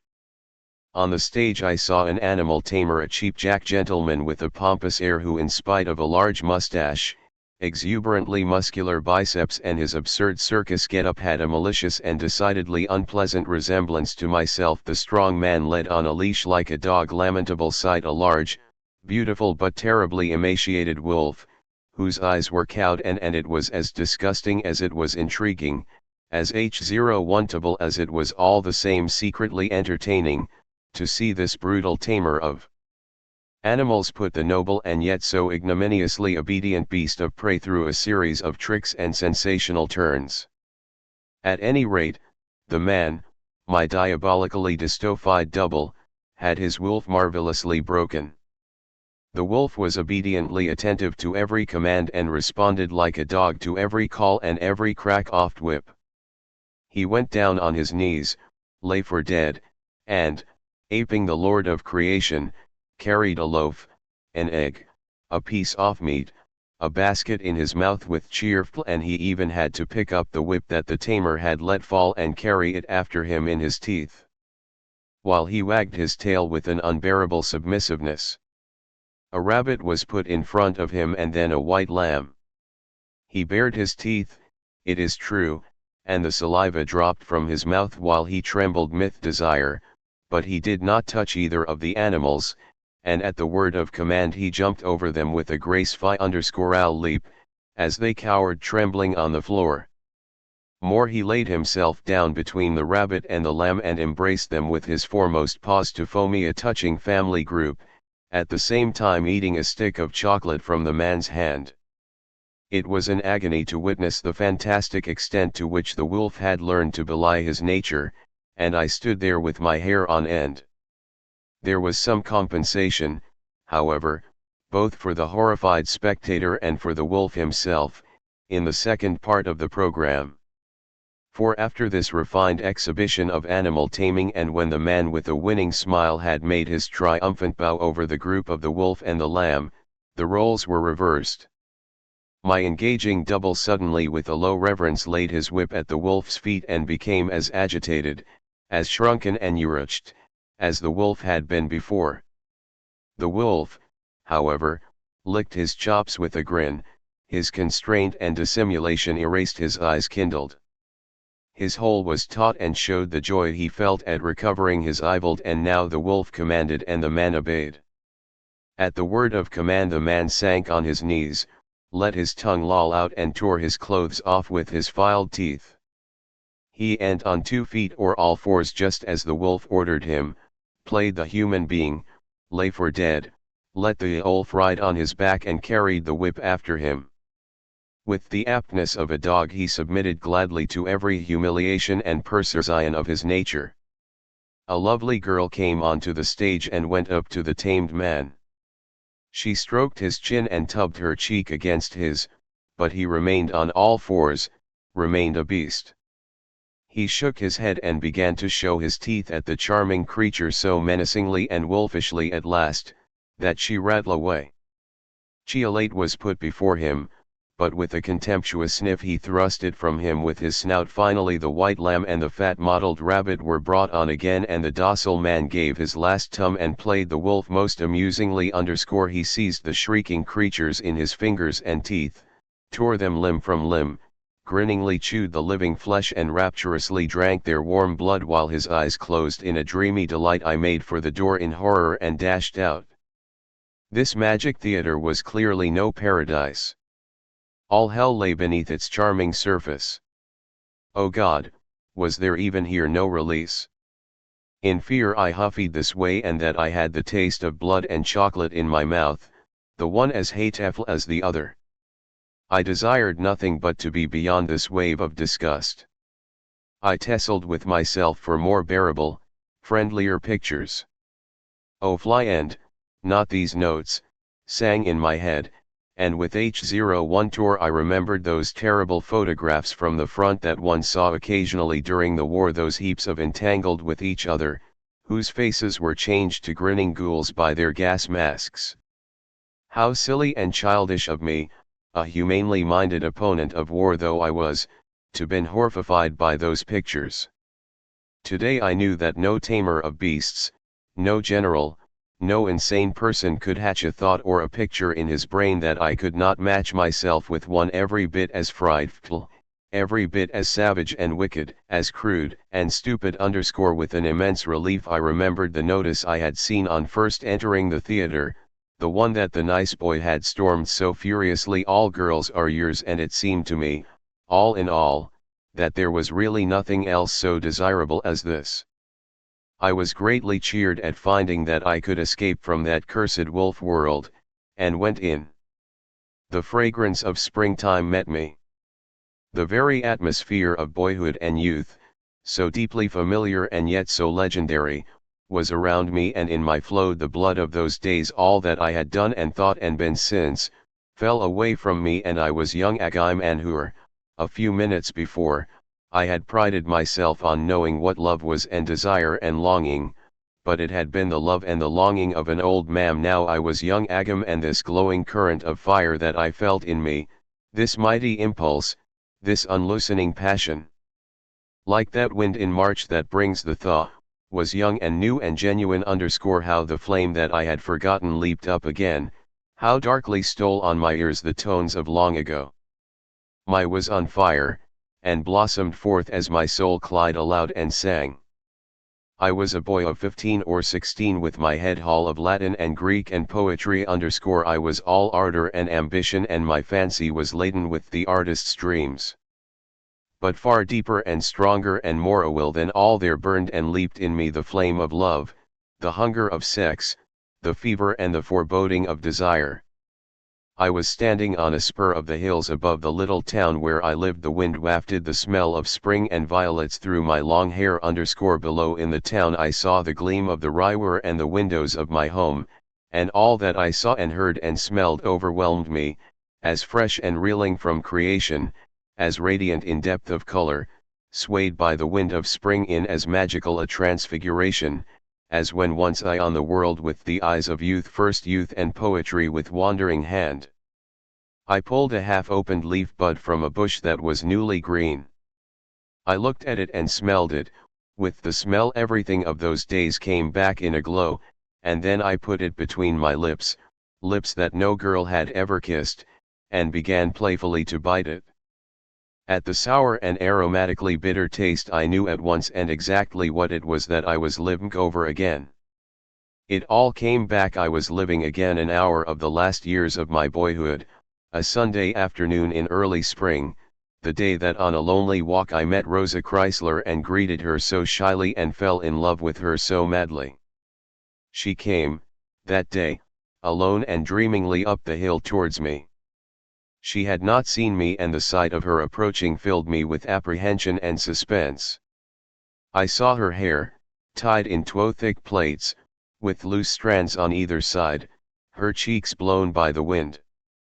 I saw for the first time in my life how beautiful she was, and how beautiful and dream-like the play of the wind in her delicate hair, how beautiful and provocative the fall of her thin blue dress over her young limbs. And just as the bitter spice of the chewed bud coursed through me with the whole dread pleasure and pain of spring, so the sight of the girl filled me with the whole deadly foreboding of the foreboding of woman. In that moment was contained the shunke and the forewarning of enormous possibilities and promises, nameless delight, unthinkable bewilderments, anguish, suffering, release to the innermost and deepest guilt. Oh, how sharp was the bitter taste of spring on my tongue! And how the wind streamed playfully through the hair beside her rosy cheeks. She was close now. She looked up and recognized me.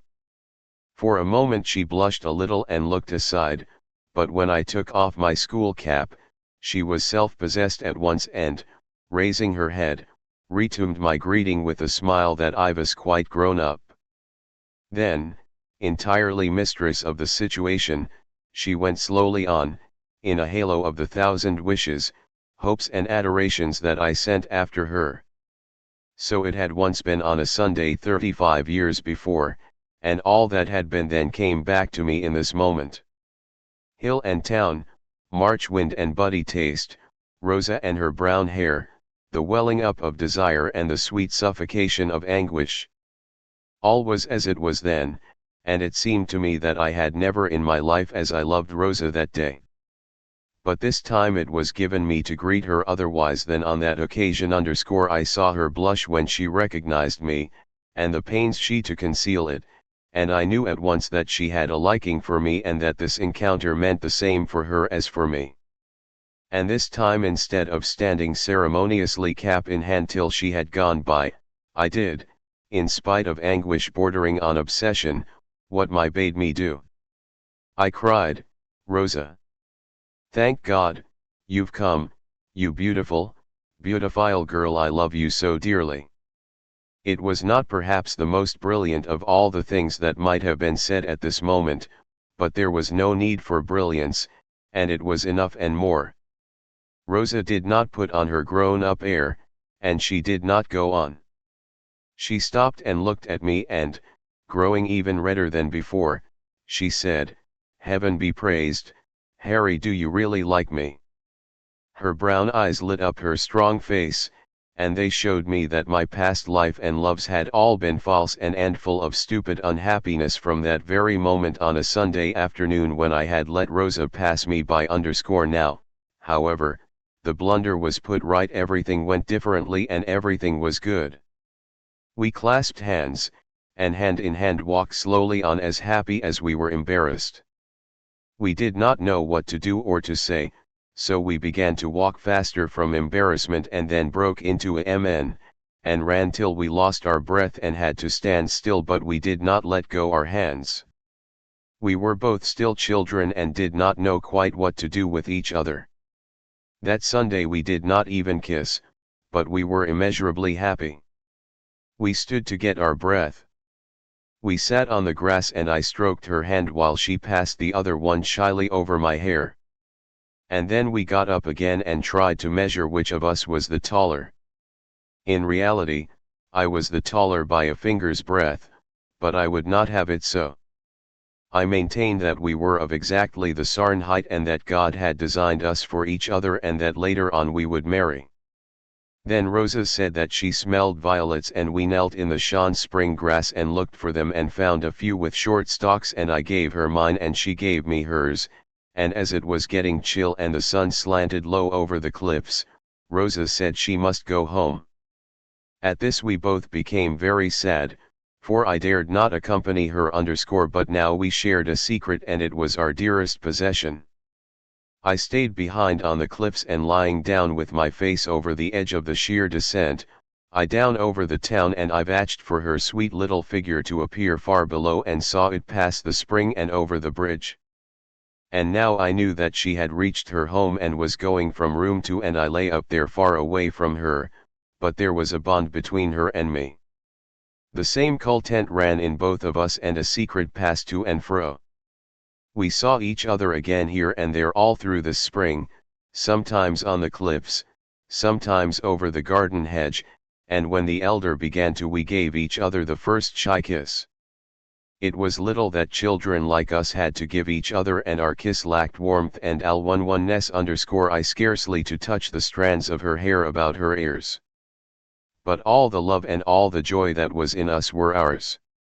It was a shy emotion, and the troth we plighted was still, but this timid waiting on each other taught us a new happiness. We one little step up on the ladder of love. And thus, beginning from Rosa and the violets, I lived again through all the loves of my life, but under happier stars.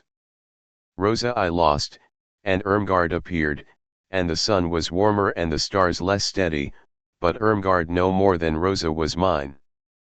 Step by step I had to climb. There was much to through and much to learn, and I had to lose Irmgard and Anna too. Every girl that I had once loved in youth, I again, but now I was able to inspire each with love. There was something I could give to each, something each could give to me. wishes, dreams, and possibilities that had once had no other life than my own imagination were lived now in reality. They passed before me like Buchiel flowers, Ida and Laura and all whom I had loved for a summer, a month, or a day. I was now, as I perceived, that good-looking and ardent boy whom I had seen making so eagerly for love's door. I was living a bit of myself, only a bit that in my actual life and had not been expressed to a tenth or a thousandth part, and I was living it to the full. I was watching it grow unmolested by any other part of me. It was not by the thinker, nor tortured by the Steppenwolf, nor dwarfed by the poet, the visionary or the moralist. No, I was nothing now but the lover, and I breathed no other happiness and no other suffering than love. Irmgard had already taught me to dance and Ida to kiss, and it was Emma first, the most beautiful of them all, who on an autumn even beneath a swaying elm gave me her brown breasts to kiss and the cup of passion to drink. I lived through much in Pablo's little theater, and not a thousandth part can be told in words. All the girls I had ever loved were mine. Each gave me what she alone had to give, and to each I gave what she alone knew how to take. Much love, much happiness, much indulgence, and much bewilderment, too, and suffering fell to my share. All the love that I had missed in my life bloomed magically in my garden during this hour of dreams. There were chaste and tender blooms, garish ones that blazed, dark ones swiftly fading.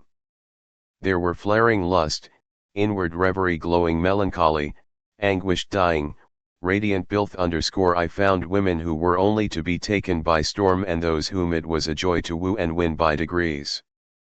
Every twilight comber of my life where, if but for a moment, the voice of sex had called me, a woman's glance kindled me, or the gleam of a girl's white skin allured me, emerged again, and all that had been missed was made go. All were mine, each in her own way.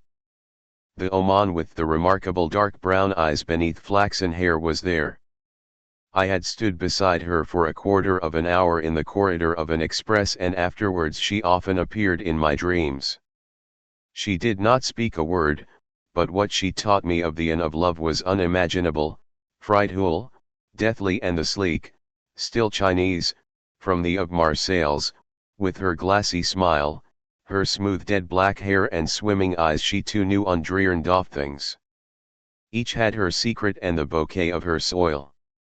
Each kissed and laughed in a fashion of her own, and in her own peculiar way was shameful, and in her own peculiar way shameless. They came and went, the stream carried them towards me and washed me up to them and away. I was a child in the stream of sex, at play in the midst of all its charm, its danger, and surprise.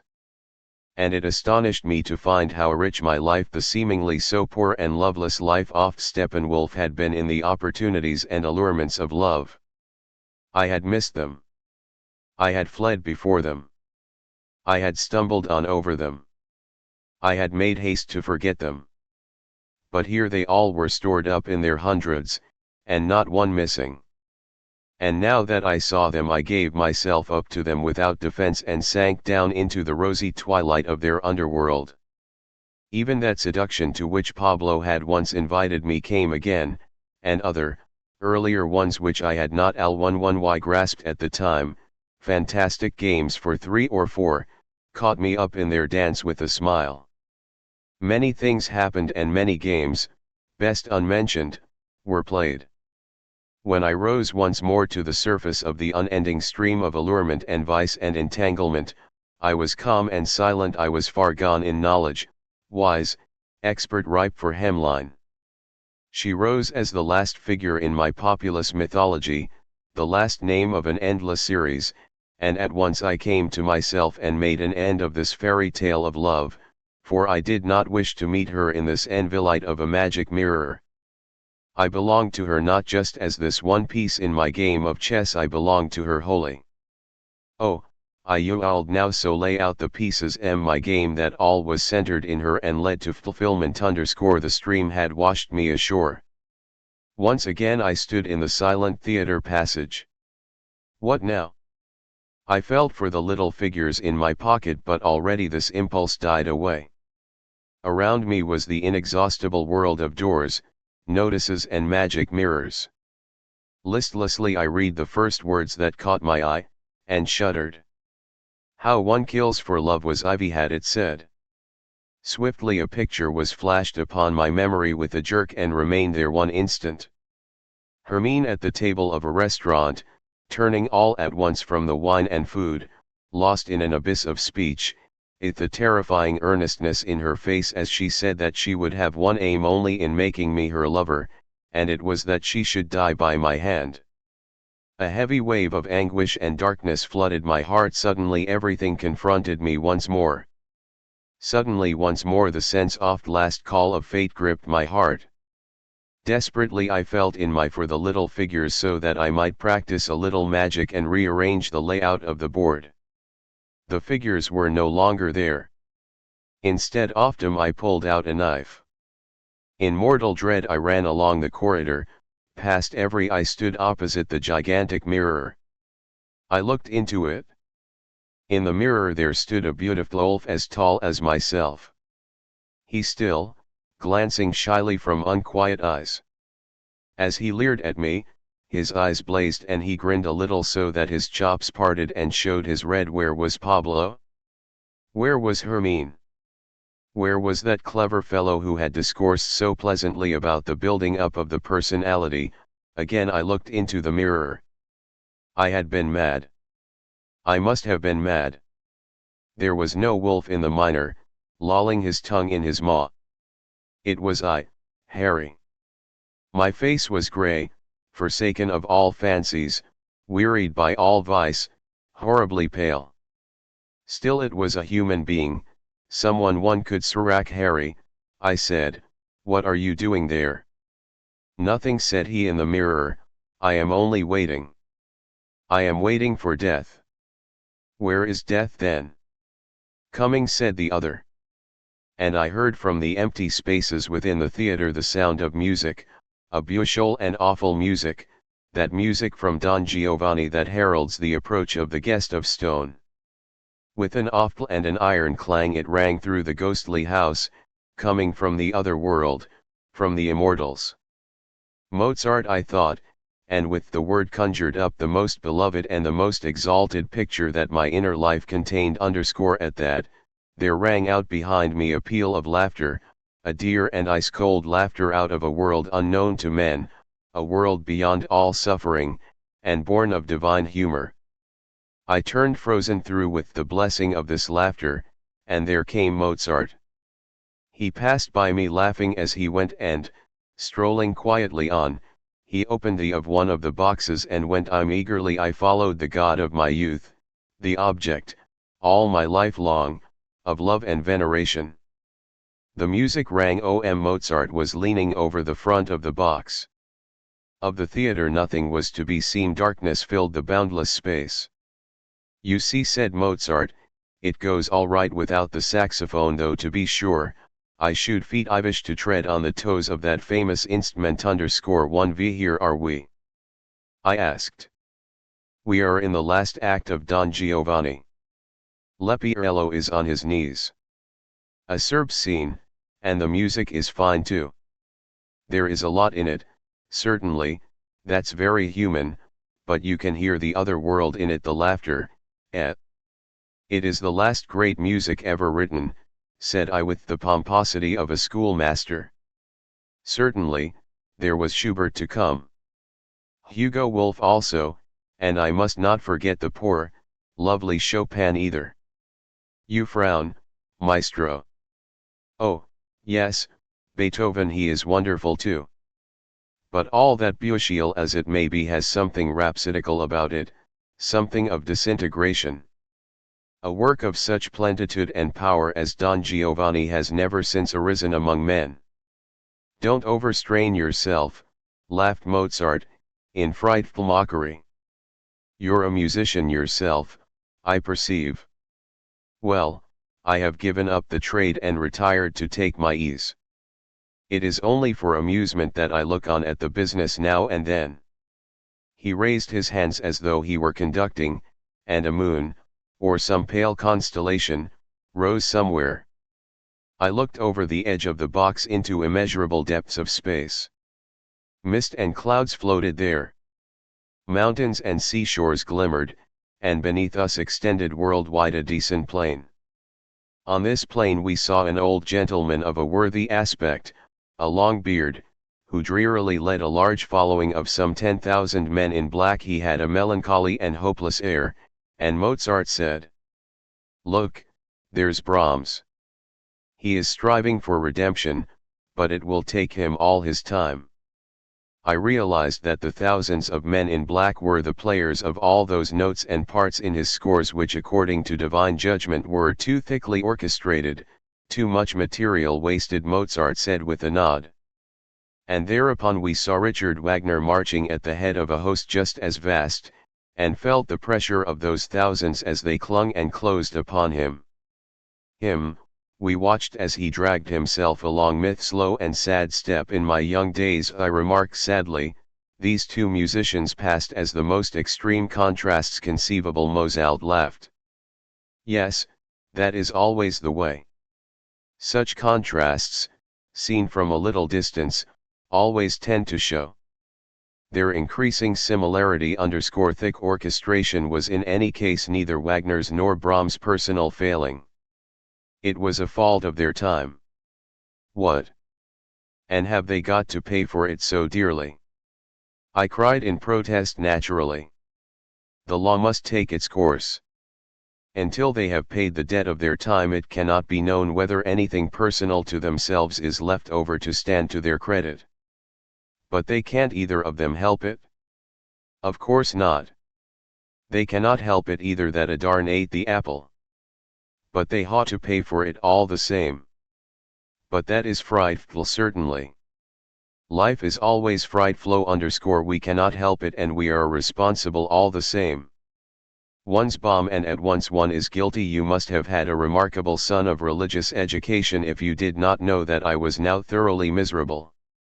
I saw myself as a dead weary pilgrim, dragging myself across the descent of the other world, laden with the many superfluous books I had written, and all the articles and essays, followed by the army of compositors who had had the type to set up, by the army of readers who had had it all to swallow. My God, and over and above it all there was Adam and the apple, and the whole of original sin. All this, then, I was to be paid for in endless purgatory. And only then could the question arise whether, behind all that, there was anything personal, anything off me left over, or whether all that I had done and all its consequences were merely the empty foam of the sea and a meaningless ripple in the flow of what was over and done. Mozart laughed aloud when he saw my long face. He laughed so hard that he turned a somersault in the air and played trills with his heels. At the same time he shouted at me, "Hey, my young fellow, does your tongue smalt, man? Do your lungs really pinch, man? You think of your readers, those carrion feeders, and all your typesetters, those Urichta betters, and saber wetters. You dragon, you make me laugh till I shake me and burst the stitches of my breeches. O heart of a gull, myth printer's ink dull, and soul sorrow hall. A candle rll leave you, if that'll you. Belittled, bait-addled, spectacled and shackled, and pitifully snagged and by the tail wagged, with shilly and shoally no more shall you dally. For the devil, I pray, who will bear you away and slice you and splice you till that shall suffice you for your writings and rotten plagiarizings ill-gotten." This, however, was too much for me. Anger left me no time for melancholy. I caught hold of Mozart by the pigtail and off he flew. The pigtail grew longer and longer like the tail of a comet, and I was whirled along at the end of it. The devil, but it was cold in this world we traversed. These immortals put up with the rarefied and glacial atmosphere. But it was delightful all the sarn this icy air. I could tell that, even in the brief moment that elapsed before I lost my senses. A bitter sharp and steel-bright icy gaiety coursed through me and a desire to laugh as shrilly and wildly and unearthly as Mozart had done. But then breath and consciousness failed. When I came to myself I was bewildered and exhausted. The white light of the corridor shone in the polished floor. I was not among the immophiles, not yet. I was still, as ever, on this side of the riddle of suffering, of wolf-men and torturing complexities. I had found no happy spot, no endurable resting place. There must an end of it in the great mirror. Harry stood opposite me. He did not appear to very flourishing. His appearance was much the sarn as on that night when he visited the professor and sat through the dance at the Black Eagle. But that was far behind, years, centuries. He had grown older, he had learned to dance. He had visited the Magic Theatre _ he had heard Mozart laugh. Dancing and women and knives had no more tell-tours for him. Even those who average gifts, given a few hundred years, come to maturity. I looked for a long time at Harry in the looking-glass. I still knew him well enough, and he still bore a faint resemblance to the boy of 15 who one Sunday in March had met Rosa on the cliffs and taken off his cap to her. And yet he had grown a few centuries older since then. He had pursued philosophy and music and had his fill of war and his Elsasser at the steel helmet and discussed Klishna with men of honest learning. He had loved Erica and Maria, and had Hermine's friend, and shot down motor cars, and slept with the sleek Chinese, and encountered Mozart and Goethe, and made sundry holes in the web of time and rents in reality's disguise, though it held him a prisoner still. And suppose he had lost his pretty chessman again, still he had a fine blade in his pocket on then. Old Harry, old weary loom bought, the devil, how bitter the taste of life. I spat at Harry in the looking-glass. I gave him a kick and kicked him to splinters. I walked slowly along the echoing corridor, carefully scanning the doors that had held out so many glowing promises. Not one now showed a single announcement. Slowly I passed by all the 100 doors off Magic Theatre _ was not this the day I had been to a masked ball? Hundreds of years had passed since then. Soon years would cease altogether. Something, though, was still to be done. Hemline awaited me. A strange marriage it was too, and a sorrowful _ wave it was that bore me on, drearily bore me on, a slave, a wolf man. But, the devil. I stopped at the last door. So far had the sorrowful wave borne me. O Rosa! O departed youth! O Goethe! O Mozart! I opened it. What I saw was a simple and beautiful picture. On a rug on the floor lay naked figures, the beautiful Hermine and the beautiful Pablo, side by side in a sleep of deep exhaustion after love's play. Beautiful figures, lovely pictures, wonderful. Beneath Hermine's left breast was a fresh round mark, darkly bruised, a love bite of Pablo's beautiful, gleaming teeth. There, where the mark was, I plunged in my knife to the hilt. The blood welled out over her white and delicate skin. I would have kissed away the blood if everything had happened a little differently. As it was, I did not. I only watched how the flugel and watched her eyes open for a little moment in pain and deep wonder. Ivy hat makes her wonder? I thought then it occurred one ted to me. That I had to shut her eyes. But they shut again of themselves. So all I was done. She only turned a little to one side, and from her armpit to her breast I saw the play of a delicate shadow. It seemed that it wished to recall something, but what I could not remember. Then she lay still. For long I looked at her, and at last I waked with a shudder and turned to go. Then I saw Pablo stretch himself. I saw him open his eyes and stretch his limbs and then bend over the dead girl and smile. I thought, will this fellow take anything seriously? Everything makes him smile. Pablo, meanwhile, carefully tumbed over a comber-oft rug and covered Hermine up as far as her breasts so that the hound was hidden, and then he went silently out of the box. Where was he going? Was everybody leaving me alone? I stayed there, alone with the half-shrouded of her whom I loved and envied. The boyish hair hung low over the white forehead, her lips shone red against the dead pallor of her blanched face and they were a little parted. Her hair dipped set its delicate perfy_aim and through it glimmered the little shell-like ear. Her wish was all fleed. Before she had ever been mine, I had killed my love. I had done the unthinkable, and now I kneeled and stared and did not know at all what this deed meant, whether it was good and right or the what you called the clever chess player, what would Pablo have to say to it? I knew nothing and I could not think. The painted mouth glowed more red on the growing pallor-oft face. So had my whole life been. My little happiness and love were like this staring mouth, a little red upon a mask of death, and from the dead face, from the dead white shoulders and the dead white arms, there exhaled and slowly crept a shudder, a desert winteriness and desolation, a slowly, slowly increasing chill in which my hands and lips grew numb. Had I quenched the sun? Had I stoppered the heart of all life? Was it the coldness of death and space breaking in? With a shudder I stared at the stony brow and the stark hair and the pale shimmer of the ear. The cold that streamed from them was deathly, and yet it was beautiful. It rang, it vibrated.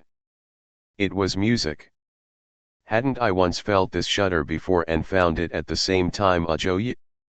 Hadn't I once caught this music? Yes, with Mozart, and the Immortals verses came into my head that I had once come upon somewhere we above you evermore residing in the ether's star translumined ice, no nor day nor night nor times dividing, where nor age nor sex as our device.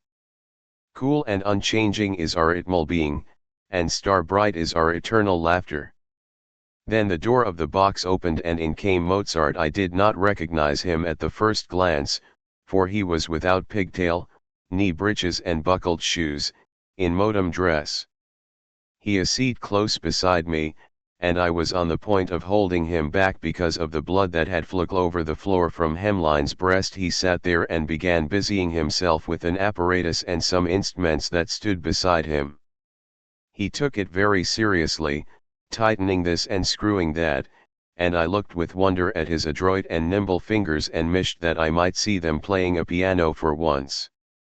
I watched him thoughtfully, or in a reverie rather, lost in admiration of his beautiful and skillful hands, warmed too, by the sense of his presence and a little apprehensive as well of what he was actually doing and of what it was that he screwed and manipulated. I took no heed whatever. I soon found, however, that he had fixed up a radio and put it in going order, and now he inserted the loudspeaker and said, "Munich is on the air. Concerto Grosso in F major by," and in fact, to my indescribable astonishment and horror, the devilish tin spat out, without more ado, a mixture of bronchial slime and chewed blubber, that noise that owners of gramophones and radios agreed to call music. And behind the slime and the croaking there was, sure enough, like an old master beneath a layer of din, the noble outline of that divine music. I could distinguish the majestic structure and the deep wide breath and the frill broad bowing of the strings. "My God," I cried in horror, "what are you doing, Mozart? Do you really mean to inflict this mess on me and yourself, this triumph of our day, the last victorious weapon in the ivor of extermination against an? Must this be, Mozart?" How the weird man laughed! And what a cold and eerie laugh! It was noiseless and yet everything was shattered by it. He marked my torment with deep satisfaction while he the cursed screws and attended to the tin trumpet. Laughing still, he let the distorted, the murdered and murderous music out and on, and laughing still, he replied, "Please, no pathos, my friend. Anyway, did you observe the retardando? An inspiration, eh? Yes, and now you tolerant man, let the sense off these retardando touch you. Do you hear the basses? They stride like gods. And let this inspiration of old Handel penetrate your restless heart and give it peace. Just listen, you poor creature, listen, either pathos or mockery, while far away behind the veil of this hopelessly idiotic and ridiculous apparatus the form of this divine music passes by. Pay attention and you I will learn something. Observe how this crazy animal apparently does the most stupid, the most useless and the most damnable thing in the world. It takes hold of some music played where you please, without distinction, stupid and coarse, lamentably distorted, to boot, and chucks it into space to land where it has no business to be, and yet after all this it cannot destroy the original spirit of the music, it can only demonstrate its own senseless mechanism, its inane meddling and marring. Listen, then, you poor thing. Listen well. You have need of it, and now you hear not only a Handel who, disfigured by radio, is, all the same, in this most ghastly of disguises still divine, you hear as L and you observe, most worthy sir, a most admirable symbol of all life. When you listen to radio you are a witness of the everlasting war between idea and appearance, between time and eternity, between the human and the divine. Exactly, my dear sir, as the radio for 10 minutes together projects the most lovely music without regard into the most impossible places, into respectable drawing rooms and attics and into the midst of chattering, guzzling, yawning and sleeping listeners, and exactly as it strips this music of its sensuous beauty, spoils and scratches and beslimes it and yet cannot altogether destroy its spirit, just so does life, the so-called reality, deal with the sublime picture play of the world and make a hurly-burly of it. It makes its unappetizing tone slime of the most magic orchestral music. Everywhere it obtrudes its mechanism, its activity, its dreary exigencies and vanity between the ideal and the real, between orchestra and ear. All life is so, my child, and we must let it be so, and, if we are not asses, laugh at it. It little becomes people like you to be critics of radio or of life either. Better learn to listen first. Learn what is to be taken seriously and laugh at the rest, or is it that you have done better yourself, more nobly and fitly and with better taste? Oh, no, Mr. Harry, you have made a frightful history of disease out of your life, and a misfortune of your gifts. And you have, as I see, found no better use for so pretty, so enchanting a young lady than to stick a knife into her body and destroy her. Was that right, do you think? Right. I cried in despair. No. My everything is so false, so hellishly stupid and wrong. I am a beast, Mozart, a stupid, angry beast, sick and rotten. There you're right 1,000 times. But as for this girl, LT was her own desire. I have only fulfilled her 0vn wish. Mozart laughed his noiseless laughter. But he had the great kindness to turn off the radio. My self-extenuation sounded unexpectedly and thoroughly foolish even to me who had believed in it with all my heart when Hermine had once, so it suddenly occurred to me, about time and eternity, I had been ready forthwith to take her thoughts as a reflection of my own. That the thought, however, of dying by my hand had been her own inspiration and wish and not in the least influenced by me I had taken as a matter of course. But why on that occasion had I not only accepted that horrible and unnatural thought, but even guessed it in advance? Perhaps because it had been my own underscore. And why had I murdered Hermine just at the very moment when I saw her lying naked in another's arms? All-knowing and all-mocking rang Mozart's soundless laughter. Harry, said he, you're a great joker. Had this beautiful girl really nothing to desire of you but the stab of a knife? Keep that for someone else. Well, at least you stabbed her properly. The poor child is stone diakel, and now you'll be an opportune moment to realize the consequences of your gallantry towards this lady underscore, or do you think of evading the consequences? No, I cried. Don't you understand at all? I evade the consequences. I have no other desire than to pay and pay and pay for them, to lay my head beneath the axe and pay the penalty of annihilation. Mozart looked at me with intolerable "How pathetic you always are.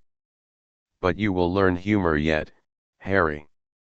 Humor is always gallows humor, and it is on the gallows you are now constrained to lean it. You are ready? Good. Then off with you to the public prosecutor, and let the law take its course with you till your head is coolly hacked off at break of dawn in the prison yard. You are ready for it? Instantly a notice flashed before my eyes, Harry's execution, and I consented with AI in a bare yard enclosed by 4 walls with baffed windows, and shivered in the air of a grey dawn. There were a dozen gentlemen there, morning coats and gowns, and a newly erected guillotine. My heart was contracted misery and dread, but I was ready and acquiescent. At the word of command I stepped forward, and at the word of command I knelt down. The public prosecutor removed his cap and cleared his throat, and all the other gentlemen cleared their throats. He unfolded an official document and held it before him and read out, "Gentlemen, there stands before you Harry Haller, accused and found guilty of the willful misuse of our magic theater _ Haller has not alone insulted the majesty of art in that he confounded our beautiful picture gallery with so-called reality and stabbed to death the reflection of a girl with the reflection of a knife.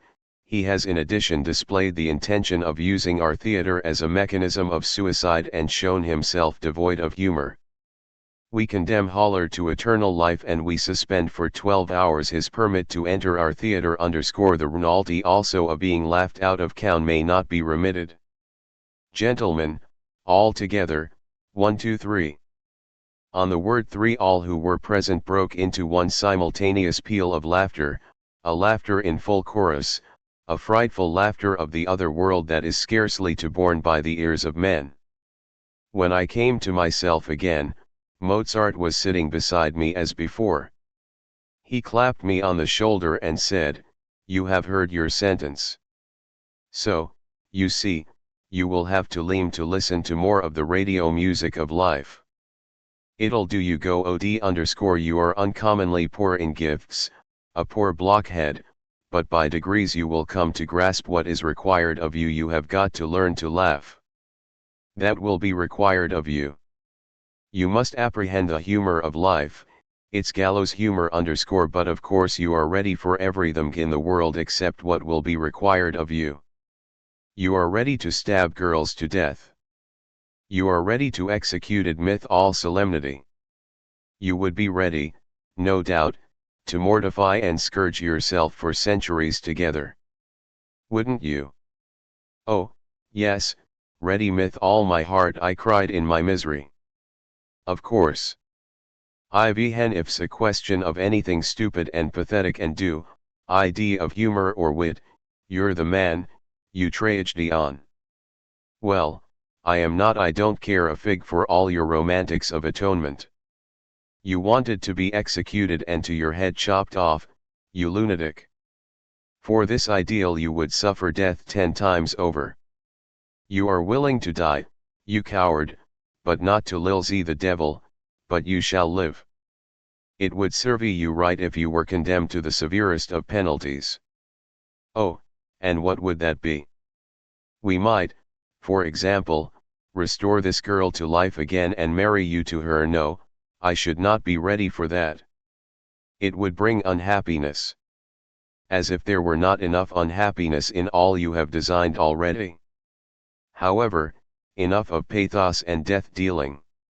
It is time to come to your senses. You are to live and to learn to laugh.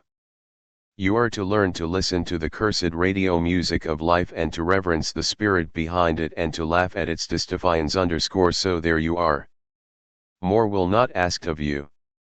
Gently from behind clenched teeth I asked, and if I do not submit?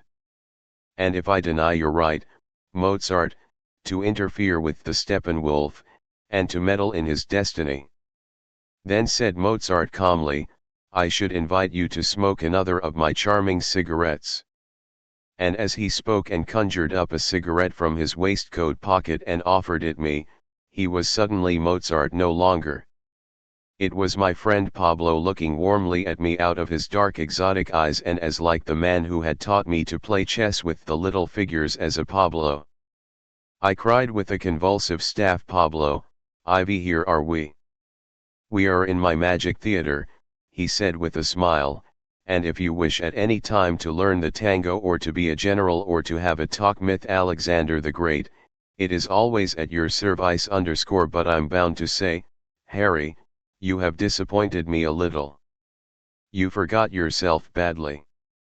You broke through the humor of my little theater and tried to make a mess of it, stabbing with knives and spattering our pretty with the mud of reality. That I was not pretty of you. I hope, at least, you did it from jealousy when you saw Hermine and me lying there. Unfortunately, you did not know what to do with this figure. I thought you had learned the game better. Well, you will do better next time. He Tn. K. Hermine, who at once shrank in his fingers to the dimensions of a toy figure and put her in the very same waistcoat pocket from which he had taken the cigarette. Its sweet and heavy smoke diffused a pleasant aroma. I felt hollow, exhausted, and ready to sleep for a whole year. I understood it all. I understood Pablo. I understood Mozart, and somewhere behind me I heard his ghastly laughter. I knew that all the 100,000 pieces of life's garn were in my pocket. A glimpse of its meaning had stirred my reason and I was determined to begin the garn afresh. I would sample its told years once more and shudder agam at its senselessness. I would traverse not once more, but often, the hell of my inner being. One day I would a better hand at the game. One day I would learn how to laugh.